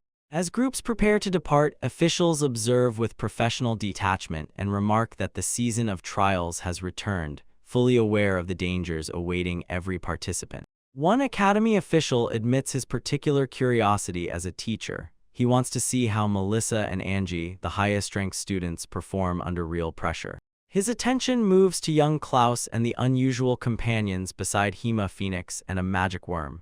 Someone of his age entering such a consequential examination is noteworthy in itself. Turning to the guildmaster, the official asks whether he heard about the recent debutante incident. Rembrandt's knowing response suggests that this examination may reveal far more than anyone expects.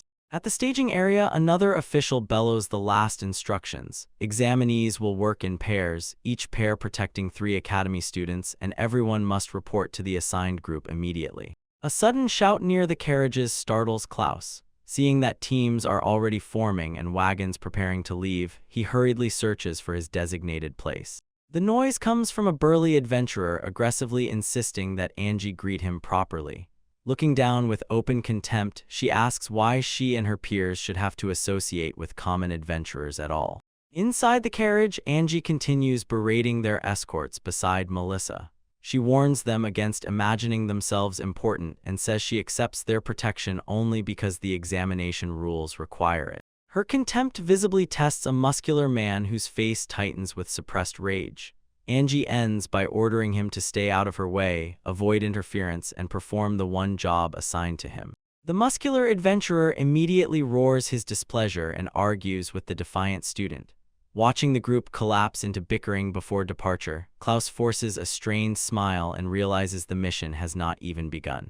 Clutching his head, the veteran howls about the terrible luck of receiving a mere brat as his partner.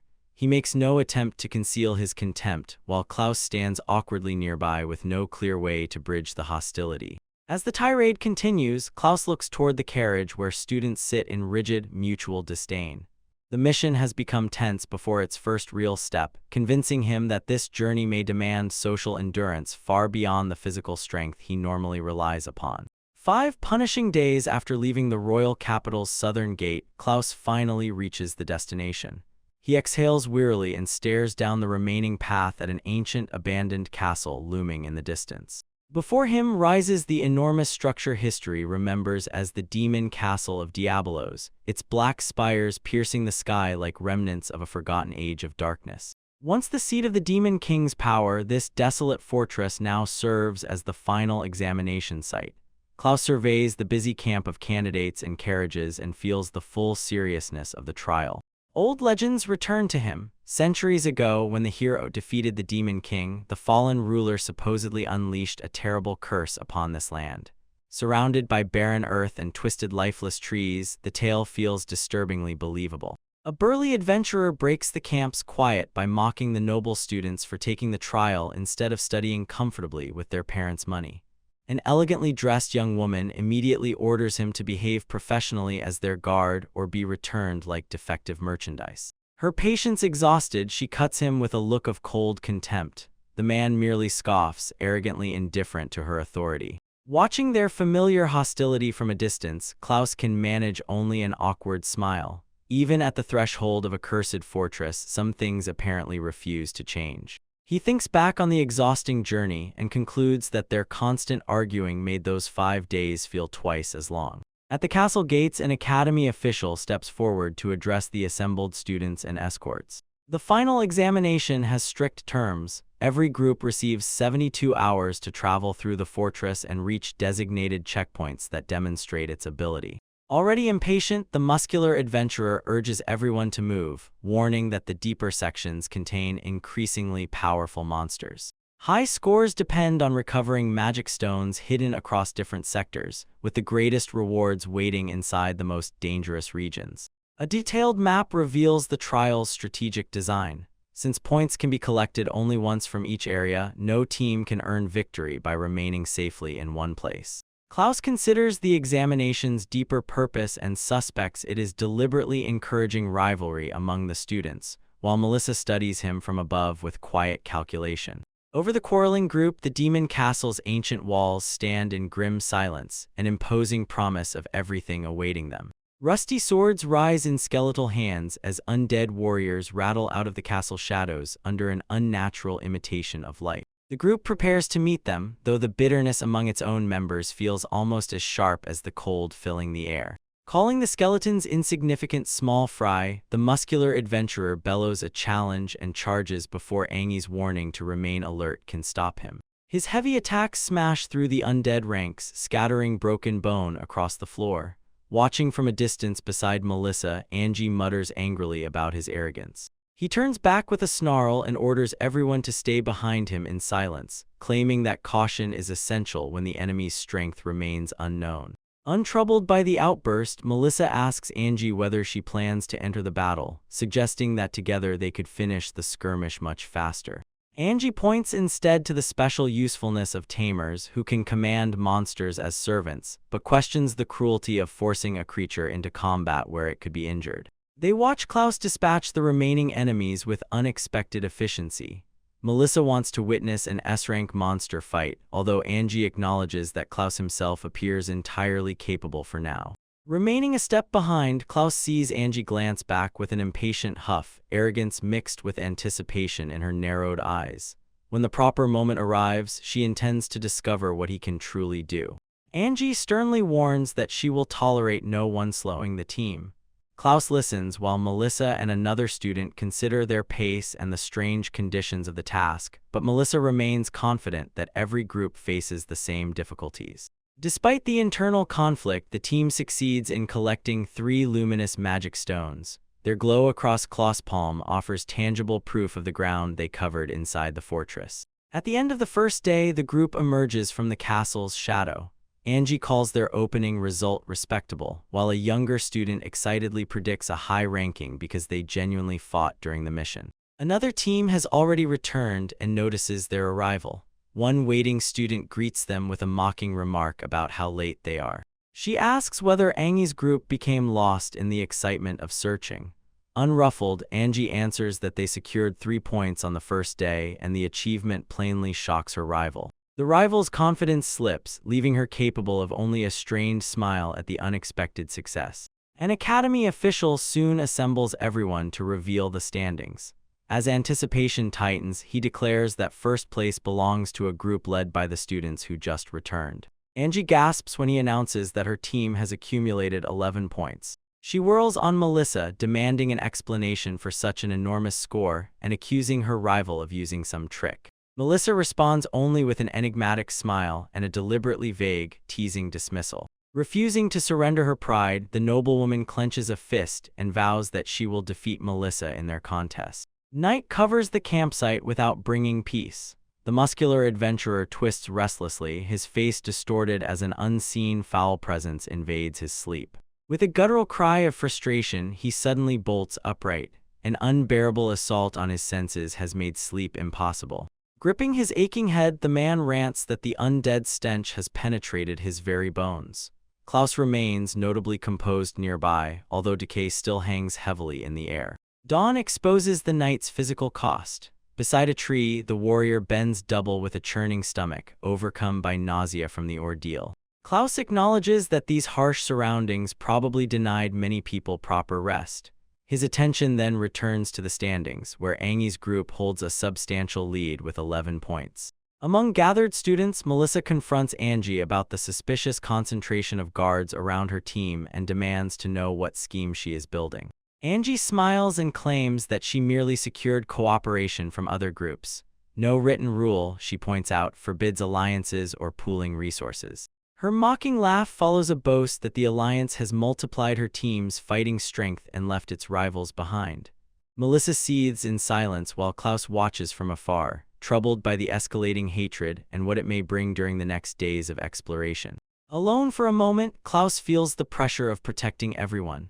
The undead odor saturating the air is a constant reminder of nearby danger, and he realizes that effective guardianship must include giving the group a chance to rest. He approaches a muscular adventurer and his companion beside their equipment, cautiously asking whether the stench is also tormenting them and whether they would accept a possible remedy. Their curiosity grows when Klaus describes his rare skill, Purification Flame, and offers to cleanse the lingering corruption from their bodies and gear with divine light. For proof, he gathers a soft, otherworldly glow in his palm and explains that it burns only impurities and odor, never skin. As gentle warmth pulses from the harmless light, both men stare in wonder. Klaus looks to the larger man for permission. Initial doubt fades from the adventurer's face as he imagines finally spending a night free of the nauseating smell. The veteran admits that although everyone else reeks of death, Klaus carries a pleasant scent. Discovering such a rare and practical power in a monster-filled forest leaves him amazed. Seeing their interest, Klaus proposes cleansing the whole campsite. Another sleepless night could cause disaster during tomorrow's expedition. The men quickly recognize the logic and prepare to accept. Their faces brighten with relief and excitement as they volunteer to become the first test subjects. Declaring that they will prove the flame safe before anyone else enters, they loudly demand that Klaus begin. After the muscular adventurer steps aside, a guild staff member apologizes to Klaus and attributes a colleague's conduct to his scholarly temperament. Klaus accepts graciously, while Melissa watches nearby with an uncanny sense of déjà vu. A rising commotion makes Melissa turn in curiosity. Other students point toward a growing crowd and shout that something remarkable is happening just as brilliant light erupts in the distance. At the center of the spectacle, Klaus beckons people through a gleaming ring of divine fire and assures them that it produces no heat. Melissa watches in disbelief as participants announce that the light completely removes the undead stench. Her companions eagerly propose trying it themselves, despite Melissa's insistence that the claim cannot be real. One girl immediately runs toward the radiance, forcing the skeptic to trail behind. After a heavy sigh, Melissa yields to their pressure and approaches the unknown phenomenon with weary disbelief. The instant they cross the purifying ring, profound comfort and relief wash through them, drawing breathless cries of delight. Even the guild staff can only stare at the miraculous effect of Klaus' ability. When the intensity subsides, Melissa reclines against the carriage's soft interior and releases one long, satisfied breath as the last tension leaves her body. Warm radiance surrounds the girls inside the moving carriage, making them feel freshly emerged from a restorative bath. They agree the experience surpassed every expectation, its soothing warmth still lingering within them. Cheeks flushed, Melissa listens while her companions marvel at the young man they just left and admit that they never imagined someone like him concealed such power. Even with the purification's warmth lingering inside her, Melissa's mind returns to the more urgent matter of Angie. Her friends notice how intolerable she finds her rival's lead, especially under the terms they establish. Their agreement follows one simple and merciless rule. Whoever loses must prostrate herself before the entire student body and publicly apologize in humiliation. Melissa's gaze hardens with determination. Defeat at Angie's hands is not merely unlikely in her mind, it is an outcome she absolutely refuses to consider. While she broods over that rivalry, the quiet remote outpost is abruptly thrown into chaos. A staff member bursts through the guild doors and shouts an urgent warning to everyone within hearing, his voice strained with panic. The alarm concerns a C-rank wraith, a spectral horror attacking defenders with ghostly claws. A man struggles to withstand its relentless assault while terrified students stare at the sudden violence. After the immediate danger recedes, Melissa sits silently, exhaustion and lingering frustration mingling across her face as she processes the chaotic reversal. Studying the wraith, she recognizes that ordinary steel cannot injure its immaterial body. Only spells or enchanted blades can strike it. Physical attacks simply pass through without leaving a wound. The group also identifies a limit to its power. Each spectral attack consumes magical essence, meaning prolonged evasion could exhaust the creature and finally leave it vulnerable. Reasonable as that strategy sounds, Melissa presses a hand to her racing heart. The entire situation feels unnaturally hurried, as though an unseen deadline is rapidly closing around them. Her restraint breaks. She confronts her rival and snaps that they are wasting precious time while the danger spreads, but Angie sees only an opportunity to win their wager and dismisses the warning with a confident smirk. Refusing another moment of delay, Melissa charges and calls upon the wind. A gale spirals around her as she leaps into the conflict, determined to seize the battlefield on her own terms. A blinding flash meets her attack and an explosion shakes the hall. Her companion's cries barely reach her before the impact tears apart her momentum and hurls the surrounding air into chaos. When the dust thins, Melissa's eyes widen at the horror crawling from the shadows. Spectral wraiths are no longer the only enemy. Rotting undead bodies are closing in, transforming the skirmish into the beginning of a massacre. The Grand Hall becomes a nightmare beneath a literal tide of zombies and echoing hollow moans. Alone before the horde, Melissa finally sees the disaster's scale as the academy is overrun. Decay burns in her throat while the undead press closer. With a desperate cry, Melissa summons a wind blade from the glowing magic circle beneath her feet, and sharp currents of mana tear through the front ranks in a storm of rotten flesh and tattered limbs. Numbers overwhelm skill. Her stamina fades, pain escapes in a groan, and a fast zombie bursts from the shadows with claws that miss her throat by inches. Every motion grows heavier beneath the undead's oppressive aura. With horror, the young mage realizes she is being cornered. More rotting creatures leap from the balconies, and Melissa whispers that she cannot evade them all as grasping shadows threaten to pull her into the mindless horde. A violent shockwave suddenly fractures the floor in a pillar of dazzling light and debris. The single thunderous blast hurls the surrounding zombies away, clearing the space around Melissa at the final possible second. Another explosion tears through stone and scatters jagged fragments in every direction.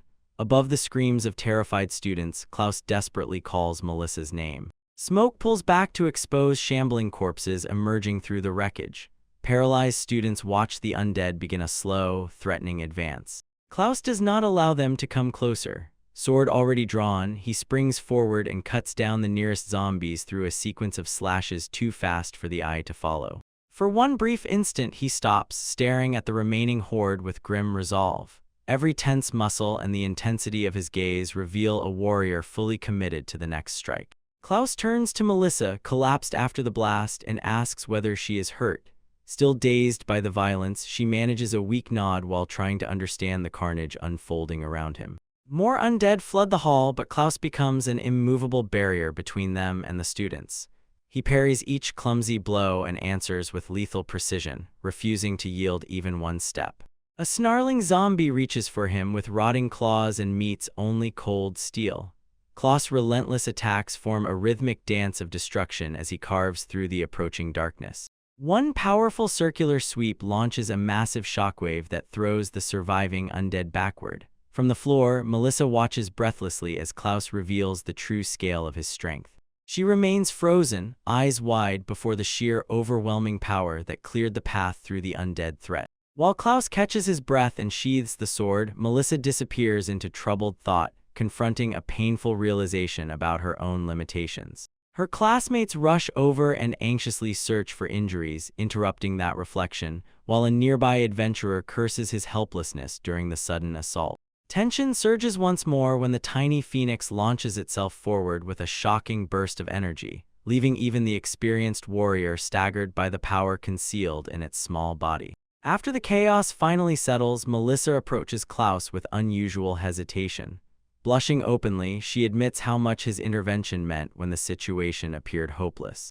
Klaus laughs with carefree warmth and says he is simply glad she survived unharmed. His sincerity only deepens the crimson spreading across her cheeks as admiration grows. Overwhelmed by his kindness, Melissa struggles for words before quietly apologizing for her earlier conduct.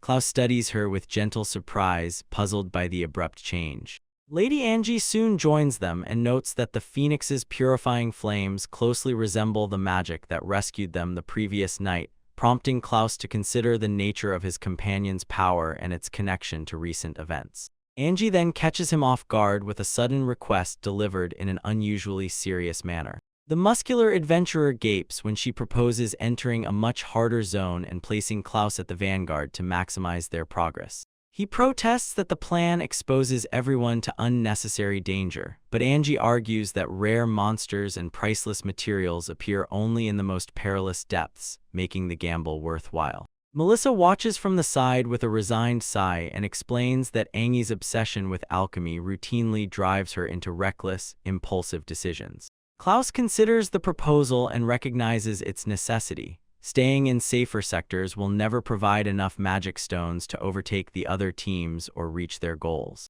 The veteran's frustration erupts when he notices more students following them, but Melissa steps forward and promises to explain their presence and circumstances completely. She reveals Angie Harbor's deep competitive fixation upon her, which has transformed an academic examination into a personal struggle for supremacy between their families. The warrior dismisses the conflict as a childish argument built around a humiliating bet. Melissa nevertheless refuses to retreat, her noble pride making surrender impossible while those stakes remain. A tired sigh escapes her as she contemplates the difficult road ahead. Turning to the veteran, Melissa acknowledges that Klaus' earlier performance was exceptional. The man grunts his agreement, and she suggests that a team this capable could safely penetrate farther into the dangerous ruins. The muscular adventurer faces Klaus and declares that the decision now belongs to him, demanding a final answer about their route. Klaus responds without hesitation, a confident grin accompanying the order to advance. He explains that they should fulfill a client's wishes whenever reasonably possible. The veteran reluctantly accepts the principle, noting that protecting these young women remains their primary duty. With the course chosen, the warrior assigns Klaus the vanguard so everyone can witness his real strength.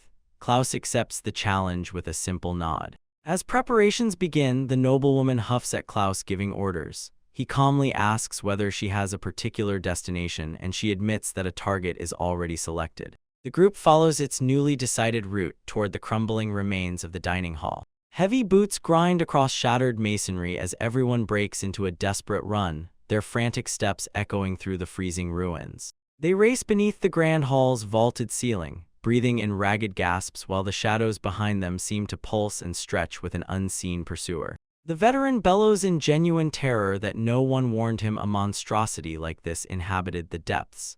Pale despite all his experience, he screams for greater speed while the others concentrate on the narrow escape ahead. From a side passage behind them, a pale, muscular figure drags itself out of darkness. Its jerking, unnatural movements accelerate with horrifying speed as the hunt begins. Throwing back its head, the creature unleashes a bone-chilling roar of mindless hunger. The sound rolls through ancient stonework and vibrates beneath the fleeing group's feet.